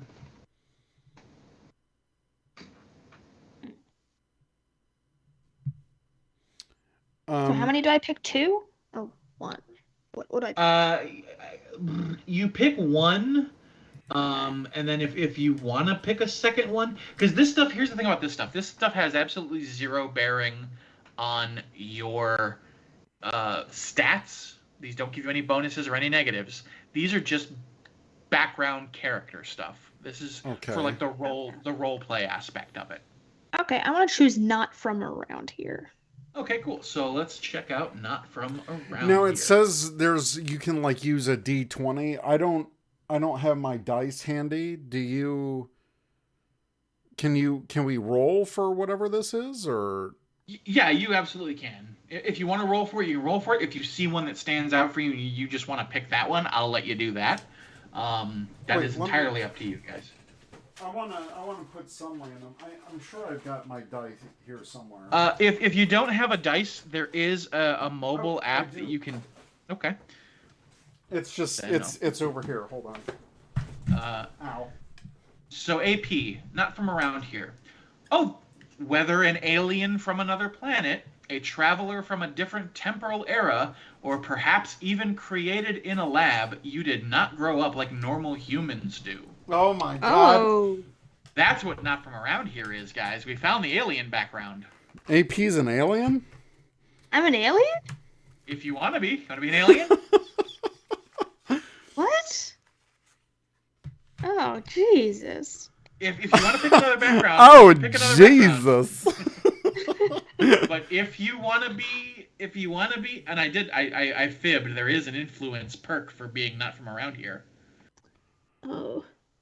Hold on. There are influence perks for all of the backgrounds, all of the influences. I don't know. People haven't really been seeing our faces. Oh no, I'm just doing like the desktop. If that's okay for everyone. It's fine. Okay. We still have 17 people watching according to my screen, so. I see 14. You don't have to call it out, but that's fine. Okay. I'm just gauging how much of an audience we have through this weird process of character. This is very weird. So if you want to be an alien AP, you are more than welcome to be an alien. You can always nomad? choose. What is nomad is you are like you're a military brat, moving from town to town. You're a military brat. You're always the new kid. It says so it could be a child of a parent whose job moves often. So like Justin from Turbo. Someone in foster care, or even part of a circus troupe. You've traveled more places before adulthood than most people do in their entire lives. Always moving, you've been enrolled in more schools than you can count and have had to make new friends in every city you visit. As a result, you pick up on body language and personalities, and you can always get a good read on new people. You have the ability to adapt to new situations easily, but don't always know how to rely on people or long-term relationships. Quick shout out in chat. I think I am going to go with not from around here. Okay, AP is not from around here. That's interesting. So I'll go ahead and read that for chat. Whether an alien from another planet, a traveler from a different temporal era, or perhaps even created in a lab, you did not grow up like normal humans do. This gives you a different outlook on humanity and some distinct opinions of your own culture, but it also means you bring new and fresh concepts or even abilities to your team that an average person would not. Oh. Okay. So, influence perk. You gain an edge on skill tests outside of combat, where your distinct upbringing or unusual background comes into play, and you know one additional language. Holy crap. Which I assume would be your alien language. Ooh. Oh, excuse me. Oh, and then we put this in the bond box, right? On the second page. It says background bonds. That'll be in the table. There's the not from around here table. Wait, what? So, okay, scroll down to where it says not from around here, and then it says bond. No. I'm talking about in the character creation sheet. We put it down in background bonds, right? That is where you put the bond that's part of the rolling table, yes. Your background itself actually goes... This is really confusing and pretty much shows why I never got into roleplaying. Again, this with is a not... D&D This system. is not... So yeah, you can just put it in the background bonds. I agree with Eric. I'll executive decision that shit. Yeah, background bonds. You're not from around here. And then there's a table, which Eric sees at the bottom of his screen. Table 5-7. The not from around here bond. Your background bond is a choice of 12 options, which you can choose to randomly roll. AP, or you can choose to roll a d12. Oh man. Hold on, this isn't even... I don't know what any of this means. I know. So a D12 is just a die roll. Yeah. Okay. If you, a 12-sided die. I don't know if you have a 12-sided die, AP. I most definitely do not have a 12-sided die. I kind of figured. Let me... There is... virtual dice and coin flip. Free online dice.com. Yeah, you can find a virtual die online. There's also a mobile app called Dice EX, which is what I use to roll virtual dice when I need my phone. But yeah, you can if you want to link her to the virtual die roller, and she can just... I will if it's a good... See, this is just a regular D4. How do we do... Hang on. Wizards.com D&D dice. Okay, can you link that in chat? Or I'll link it in chat. Oh, I don't... Oh. Shoot, can... Copy. AP, where do you want the link? In the Skype chat? I think I found it on my own. Okay, cool. That works. So roll a d12 and tell me what it is you rolled. All right. 7. 7. Okay. I struggle to learn the proper way to fit in with different cultures and traditions, and am often perceived as awkward or out of place. That's kind of perfect, I'm not gonna lie.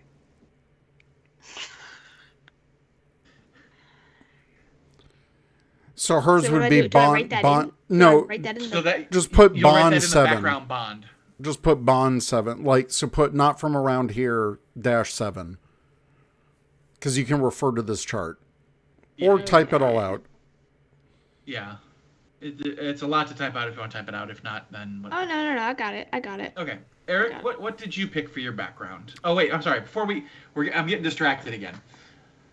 You also have a hang-up for being not from around here. Okay. You suffer a snag on all social-based skill tests about naturally understanding human beings. So, because you're not from around here, you don't really understand humans all that well. So if there's, like, human emotional stuff going on, you're just like, does not compute. Here is a cupcake. Enjoy. It's like, cupcake doesn't make somebody's, dead relative come back to life. So, You're just kind of awkward around human emotional stuff. All right. Does that go in hang-ups? That goes in hang-ups, yeah. You suffer snag on all social-based skill tests about understanding human But wait, we beings. haven't done influence yet, or is this the influence? The influence was the edge. Oh, yeah, we didn't do the... Did we? No, we did the influence, where she got her additional language, and she gains an edge on skill tests. But what do we write in? Do we write in this box, not from around here? And then the background bond is this table? I'm sorry, I'm just trying to navigate this sheet. It's very confusing. It'll be, are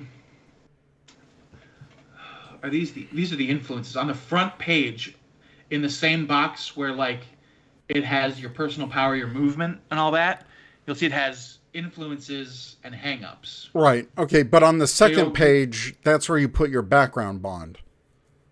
Right. Which is, the background bond is just the thing in the table. Right. Okay, got it.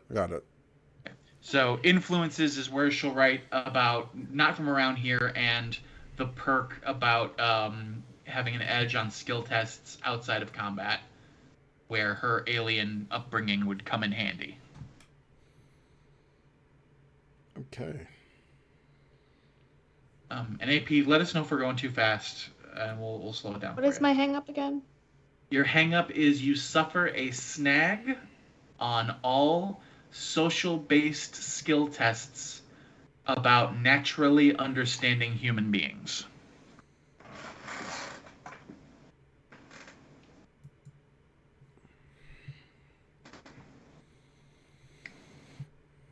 Because that could be just like a copy and paste. Yeah. Let me pick mine. Okay, and then you pick your influence, Eric, and we'll go over the same stuff. Okay, I'm gonna go with small town roots. Okay. Small town roots. Where is small town roots? Student survivor. Where is small town roots?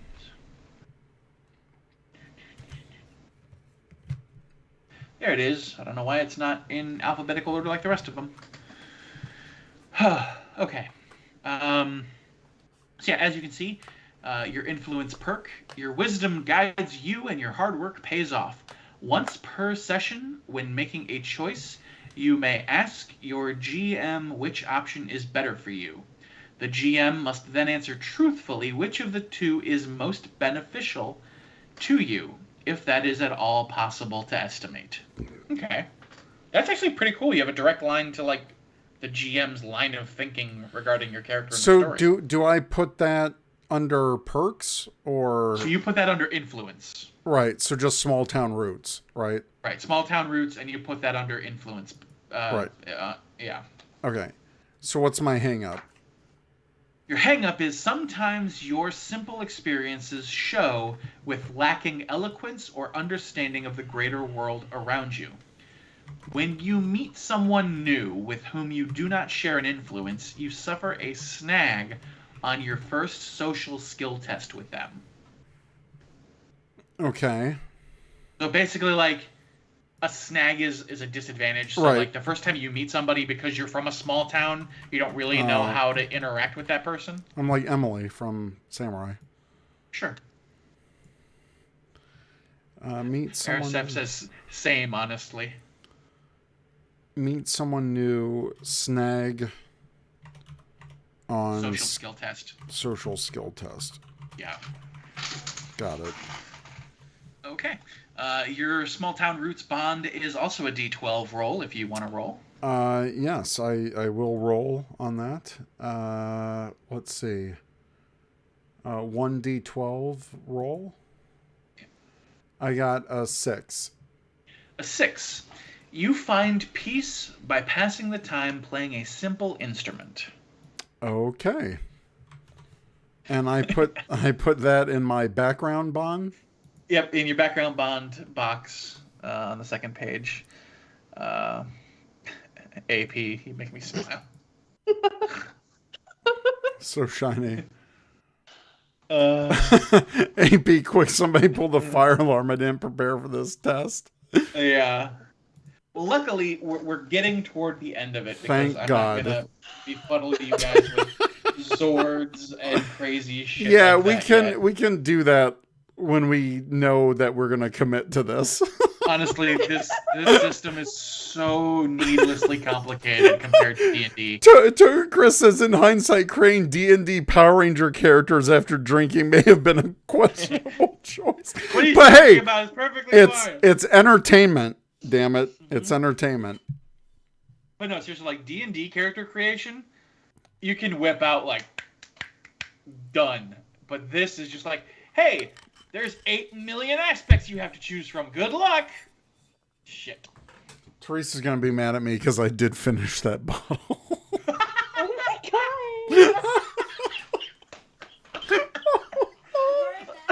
Oh god, she said she heard that. Oh no, she came in here. Oh no.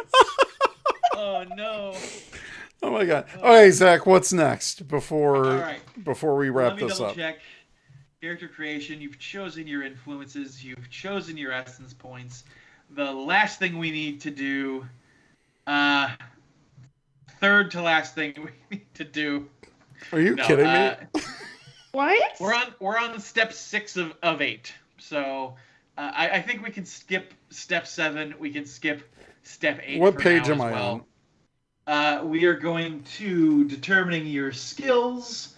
This will be on page. Where the hell am I? Oh Lord, help me! I'm not sober enough for this. Page 70. Page 80. Page 80. Page 7080. Got it. Page 80.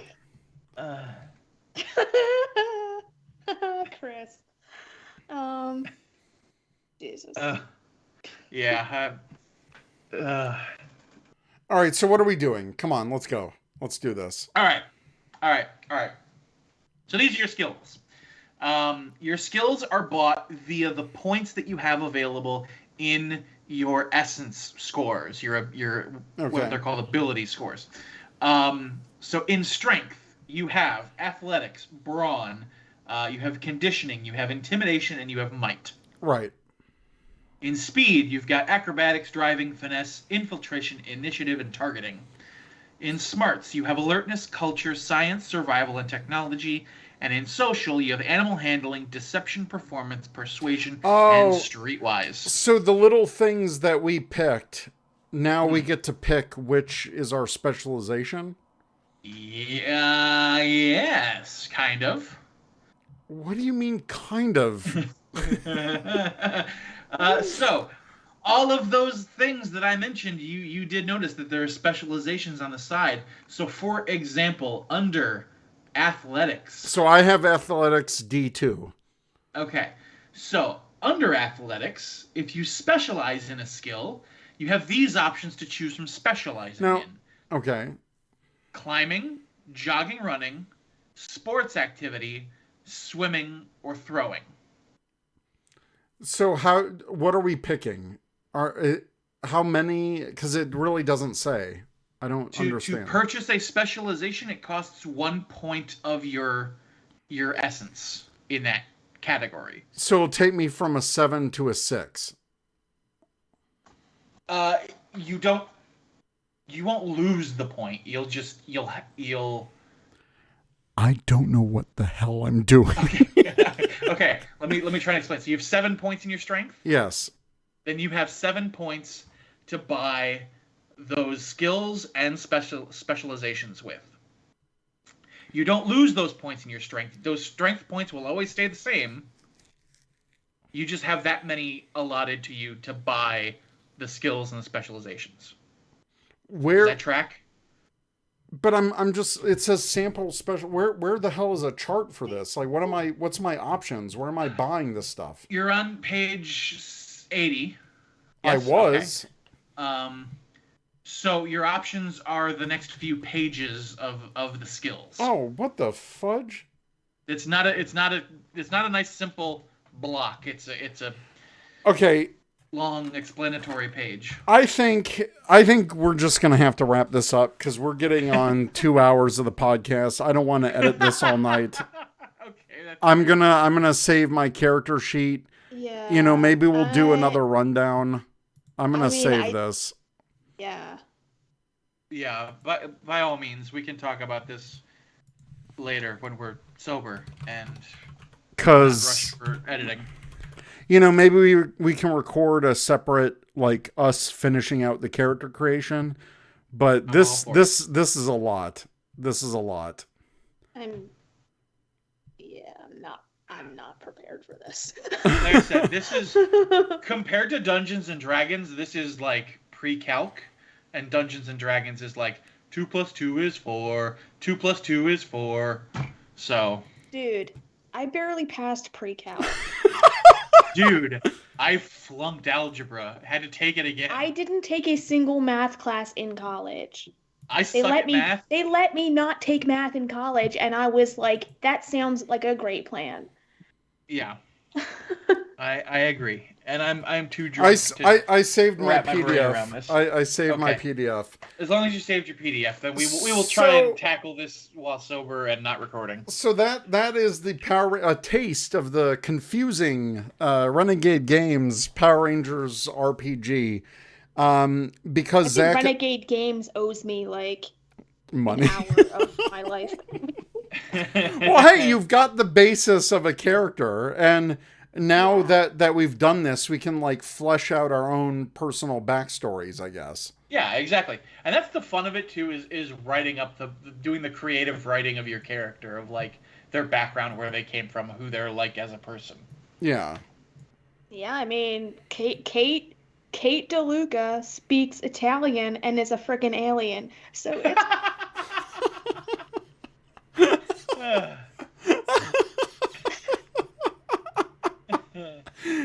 Gene Coffey is one athletic French-talking son of a bitch. Oh my god. Toku Chris said narrator, and they never loaded up the character sheets again. Well, I love you guys. Yeah, I love you too, man. So it's not you. It's the game. Like I said, if this was D&D, you guys have no problem. But Power Rangers is like, hey, let's make everything needlessly complicated. Why? For a simple like And especially franchising for like, concept, this is a ridiculously complicated role playing and game. especially for like you guys who have never played a role playing game before, this is not even being thrown in the deep end. This is being like catapulted into the deep end with cement shoes. Like, yeah, this is crazy. This is crazy. It's like when I started my last job, I somehow already had 3 voicemails waiting for me. Yeah, exactly. And I was like, how did this even happen? D&D, that's why I love D&D, because D&D is way simpler. So much simpler. Deoxy said that was a short season of Power Rangers. Started before it began. We had a red and yellow ranger, and then we went, peace out. Mine just says message retracted. Oh no! He retracted. Oh, there we go. That was a short season of Power Rangers ended before it began. God. Yeah, we call this one Power Rangers Befuddled Force. Befuddled Force. Well, look, I think it's a good idea. I want to actually kind of power through this PDF. It's Power Rangers ABV.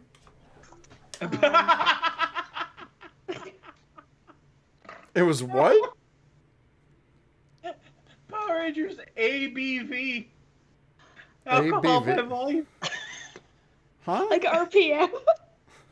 Oh. Alcohol by volume. Oh god, AP. That's chef's kiss.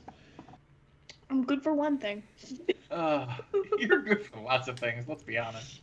Oh my god. All right, I think we're all kind of getting punch drunk here. A little bit. Okay, quick. Let's do the let's do the AMA. Yeah. We'll. I don't even know. Did anyone even ask anything? We didn't really have any. Like we were answering questions as we were going. So. Does anybody have questions? I'm down. First time the Power Rangers hiatus started after Premiere Part 1. We had Mir who popped in quickly and said, happy 8 years Mir. to RCPH. I'm grateful for the chance to be on when I can and happy to see how it's grown over 8 years. Congrats on Baby Barry. Love you guys. We love you too, Aw. Mayor. Thanks. Thanks, Mayor. Jacob said level 20 were basically gods. What could go wrong? I understand that reference. Mr. Cooper 92 said, since the B Commander from B Fighter is releasing this year, which Beetleborg are you? I'm red. I'm the red one. I'm green. I guess that makes me blue. I'm just backstory, okay? Like, I grew up in a very small town. There were no, like, stores really anywhere except for, like, a pharmacy. And I went in there one day, went down the toy aisle, because you ain't never been to an East Coast pharmacy without there being, like, stuff in there you don't actually need. Mm-hmm. Went down the toy aisle. They actually had a red Beetleborg figure sitting in the toy aisle. That was I always remember that because I was like, oh my gosh, like they got something. They got one of my interests in town finally, and I convinced my mom to buy it for me. And I think I might still have it somewhere. I don't know. I remember having the weapon, the hand thing that you put on that when you pressed it spun the thing around. That's yeah, cool. I promptly lost that. Like, I don't think I had any Beetleborgs toys. I think I was kind of aging out at that point, but I definitely want to get that B Commander. It's pretty sweet. Yeah. Yeah, it's pretty awesome. Arisif asks, what is something you wish you could go back and tell yourself 8 years ago? Don't be friends with that person. Okay. All right, yes. When you hear Jenny from the Block playing, run. Okay, that's oddly specific. Now, are we talking about like podcast or just in general? In regards to the podcast, the podcast? I would tell myself that you absolutely should do that. You're gonna be able to experience some of the best times of your life. You're gonna make some of the most amazing friends. You're going to be able to experience some of the most incredible situations that you never thought you'd get to experience. I would say, if I could tell myself 8 years ago, don't publicly comment on something called The Order. And probably...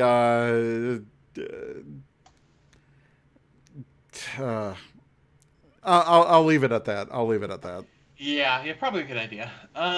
Hassan, I want to say it was Taco Bell.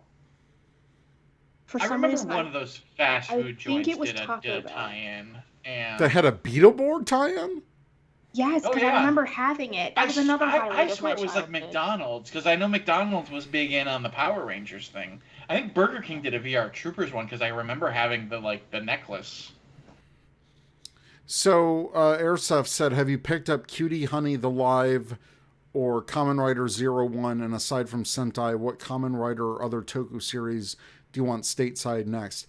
I forgot that Cutie Honey the Live was actually coming out soon. If it's already out, I definitely need to order that because that was around the time when I was getting into like downloading Toku like way back in the day.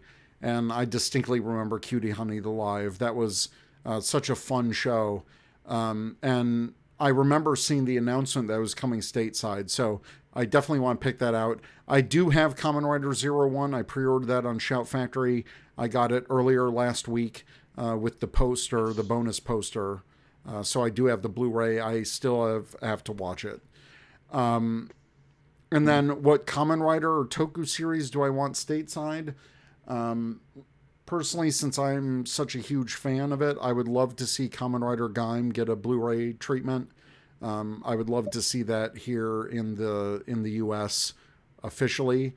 Aside from Kamen Rider, I would probably want something like either official Toei Spider-Man or for someone to continue the rest of Garo Blu-rays. Garo, like, man, they could market that in the right way. It would sell like hotcakes in America. Well, it didn't. It didn't, because we got 2.5 series of it in a handful of movies, and then they stopped because the sales weren't there. They need to market it, I think, to the same crowd that likes shows like The Witcher, where you have this adult-oriented monster hunter series with magic and demons and monsters and adult, concepts and situations. Man, if they marketed it properly, they could probably find a good audience. But if they don't market it, then you don't. Yeah. Then you don't have. It was audience. McDonald's, by the way. I messed up. I thought it was McDonald's. Okay. For some reason, I thought it was Taco Bell. Because I remember I got it, because there also weren't any fast food places in town. So I didn't get the Beetleborgs toy till I went to my grandma's. And there were only 2 choices there. Anyway. Mir right. said, what's one thing you've done through the podcast you didn't expect you'd get the chance to do? Pretty much like interview any Power Ranger that we did interview. Like, especially, I think the favorite one, and AP will probably agree with me with this, is Sean Johnson, Red Lightspeed. Oh, yeah. He was so freaking nice. And it was like you were talking to a friend. It really was. That was hands down, I think, my favorite interview. And also, I didn't know that I have the chance to like connect with different comic book writers who are fairly popular in their field and, actually become friends with them. I think that's pretty cool. That's pretty cool. I would say that beyond doing even just interviews with some of our favorite actors and creators of the show, getting to interview Simon Bennett was something amazing. Yeah. Just the and social. Then to have him say, "Hey, this is I love the podcast.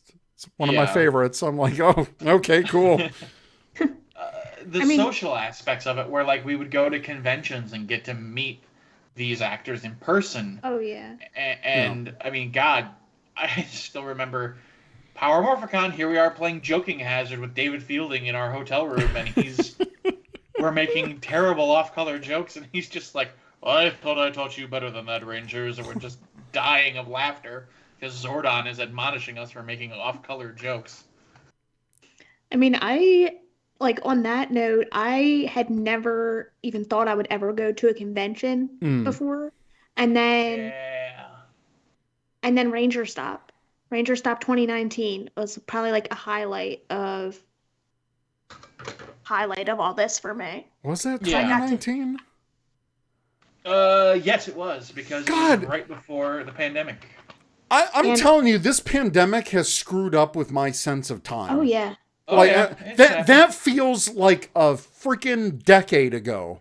Ranger Stop feels like a decade ago. Wait, no, yeah. I was so happy. Like, I was nervous. Like, I was nervous as hell. Yeah. Like, to be completely honest, I had never been on a plane by myself before. I've been on planes many, many times. Never by myself. Never, usually I was always in groups. But as soon as I got to that airport and Eric was there and I started meeting everybody, it was no big deal. Yeah. I had so much fun. I got to meet Ranger actors for the first time, met so many people that I'd only talked to on Twitter. It was a blast. And that's probably one of the highlights of the last couple years for me. Oh yeah. Rangers. Oh, sorry. I'm not going to ever forget running through the rain at oh my God. What was it? City Walk. That's still one of my fondest memories is that night we spent at City Walk. And we ordered way too much dessert after eating. We ordered one ice cream and then it was 12 ice one order of ice cream was 12 ice crems. I think that Ranger Stop that for me that was the epitome of the podcast because it was the first time all three of us were together. Plus, we were with our friends, and I can't believe I got to meet John Toohey. And Zach, we took the picture with him, and his panels were incredible. It was, for me, that was probably one of the best Power Ranger convention experiences ever. It was great. It was the best. And Zach, I mean, the last convention before the pandemic, C2E2, we did a live show at a convention. I didn't think I would be able to do that, when we first started the podcast, but we did. That was, getting to do that. And again, thanks to that booth, whose name I forgot because I'm drunk. Getting to do that at the convention was awesome. I mean, we had a pretty decent sized crowd around the booth watching us talk about Power Rangers, and that's something I didn't think, we would really get. And not only that, but getting to do that and then getting to meet David from Team Kamen Rider in person and getting to hang out with him and talk with him and Justin about, Toku and about all the stuff they're doing for bringing Kamen Rider. And, that convention was my big last hurrah because we did that convention that weekend. I went home Monday and packed. Monday night, I went to my last in-person tabletop gaming session. And then Tuesday, I was on a plane. Yeah. That whole 72-hour span of time was just ridiculous. I saw some stuff over in chat I wanted to address. Took Chris's off-color jokes. Thanks for protecting everyone. There's Zach. LOL.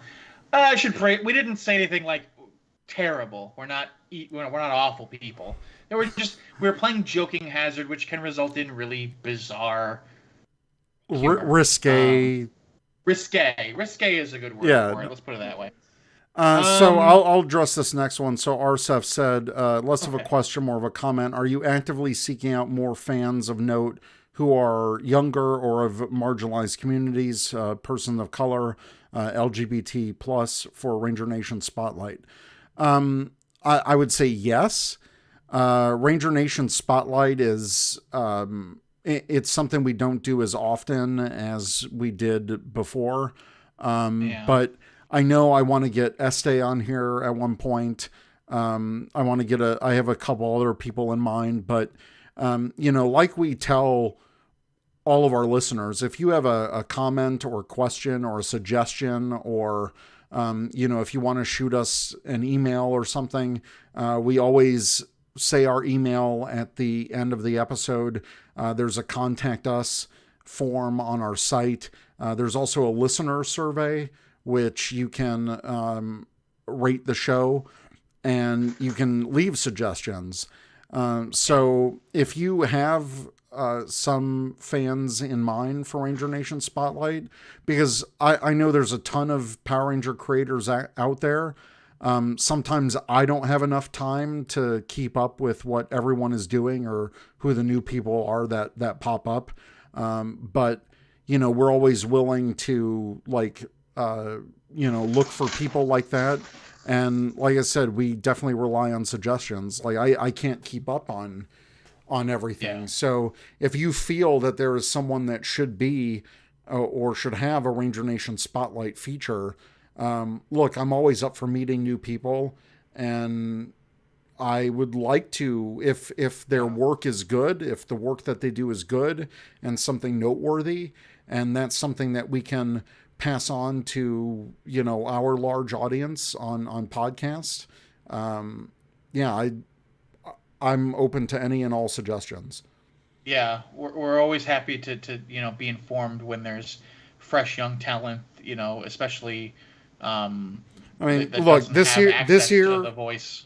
This year I turned 40. I don't know a lot of the 20-year-old creators out there in the Power Ranger space, and I might not vibe with them, to be frank. But if there's someone of note that we should be talking to, and let us know. Yeah, by all means.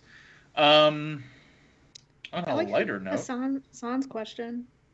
I was gonna say, if we could have one Power Rangers character in Fortnite, who would it be? But not a Power Ranger. Not a Power Ranger, but no. Some if you other could have one Power villain. Rangers character in Fortnite, who would it be? That's not a Power Ranger, but some other character or villain. Oh, Or Zed, easy. I don't play Fortnite, but I feel like it would be hilarious to have Captain Mitchell running around. That would be pretty good. That would be pretty awesome. Not a Power Lord Zed Ranger. would be great because his pickaxe would just be the Z staff. That's true. Not a Power Ranger. Void Knight? Does Void Knight count? That's a villain. I'd count that as not a Power Ranger. Yeah. Oh, Mason has a good Mason one. said- Bulk and Skull. Yeah, Bulk and Skull would be great. Because I think, Fortnite does a pretty good job of cartoonifying certain actors' licenses. Sometimes it can be hit or miss, but I feel Bulk and Skull, like Bulk could definitely use the, if you played Fortnite, it's the Kyle skin, the big lumberjack guy in Save the World. So I think that would be, that could be a way to bring more of the larger body type because I use the Kyle skin in Save the World mode, and I've always wanted the Kyle skin, like Penny transitioned from a Save the World skin to a Battle Royale skin. So I would love to see the Kyle skin get that, just so we can have another larger body type in Fortnite. So yeah, Bulk and Skull, absolutely. Yeah, that'd be a good one. Toku Chris says Zenaku, Lord Zed, Ecliptor. Hassan says Blue Centurion. Oh yeah, those are all good. Or just like a Megazord Megazord. skin. Because they did Mecha, which is pretty much They as did do close Mecha, as you're which is going to just get to a Fortnite Megazord. Megazord, yeah. I mean, does a Silver Guardian count? You can do Wes and Eric in their Silver Guardian uniforms. Yeah, I mean. Oh my god, technically civilian uniforms. that would be pretty sweet. Yeah. It's a deep cut, but I would love to see Power Rangers jump into Fortnite. Oh yeah, for sure. I mean, I think we can basically, they have that deal going with Hasbro. We know that it's an inevitability, but I think we also know that it's an inevitability that it's going to be MMPR, because that is the branding of the franchise that everyone knows. Of course. Yeah, it's something that, you're definitely not going to get away from when it comes to Power Rangers. That's just how it's going to be. Yeah, for sure. For the time being. For the time being. If there are no more, I think we could probably wrap it up, because I think this is going to be our longest anniversary special to date. Yeah, the character creation took a hefty chunk. Yeah. All right. Well, listen, we really appreciate everyone tuning in. This has been an absolute blast. Thank you so much for being in the chat, for letting us hang out with you, for having your evening with us. That means the world. So, the Power Rangers RPG, we're gonna have to evaluate that. I would like, once we get our characters settled, I would love to actually play a game. Maybe we can even switch to D&D for something easy. I mean, maybe just something where because I didn't dive into the RPG book as much as I should. I quickly glanced through it just so I could look at the artwork, see how they laid it out, all of that stuff. So we'll evaluate it, but I hope this gives people a taste. I hope it didn't turn anyone off from it. Look, Zach is the most experienced RPG player that I know from out of the three of us. It befuddled me. So what does that say? Yeah. So I'm in the same boat with AP. I've never done. I've done testing some stuff for D&D, but I've never done like a full blown out session. I think we could really have fun with something if we get a group of 5 and Zach is the GM, and just I think we could get some quality podcast episodes out of that. So I was gonna say, in the meantime, we did have an interested party DM us, so we'll go over that later. Okay, cool. Well, I think that about does it. Once again, thank you all for joining.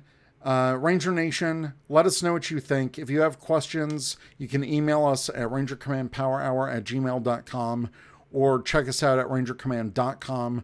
We're on Twitter at rangercommandph and on Instagram and Facebook at rangercommandpowerhour, all one word. If you want to get in contact with us, I just mentioned all the different ways that you can. I'm tired. But if you want to find me on Twitter, you can find me over at TrekkieB47. Zach, where can people find you? Sure. I'm on Twitter at Zach Lavoie, or search Hollywood Zach. I'll probably pop up. And I'm feeling the gaming bite again. Maybe I need to DM another D&D game someday. Some day of the week that I have open. And if you're interested in D&D, contact me. Maybe we can work something out. All right. And then AP, where can people find you? You can find me at Secret Ranger Fan on Twitter. And definitely not Tumblr. Definitely not Tumblr. I mean, I don't think I ever deleted my Tumblr, so it might still be there. I think I lost the password on mine, and it's just like floating out in space. All right. I don't even know if I had a Tumblr ever, so. Hey, well, you don't want one. You don't want one. I'm not missing much then.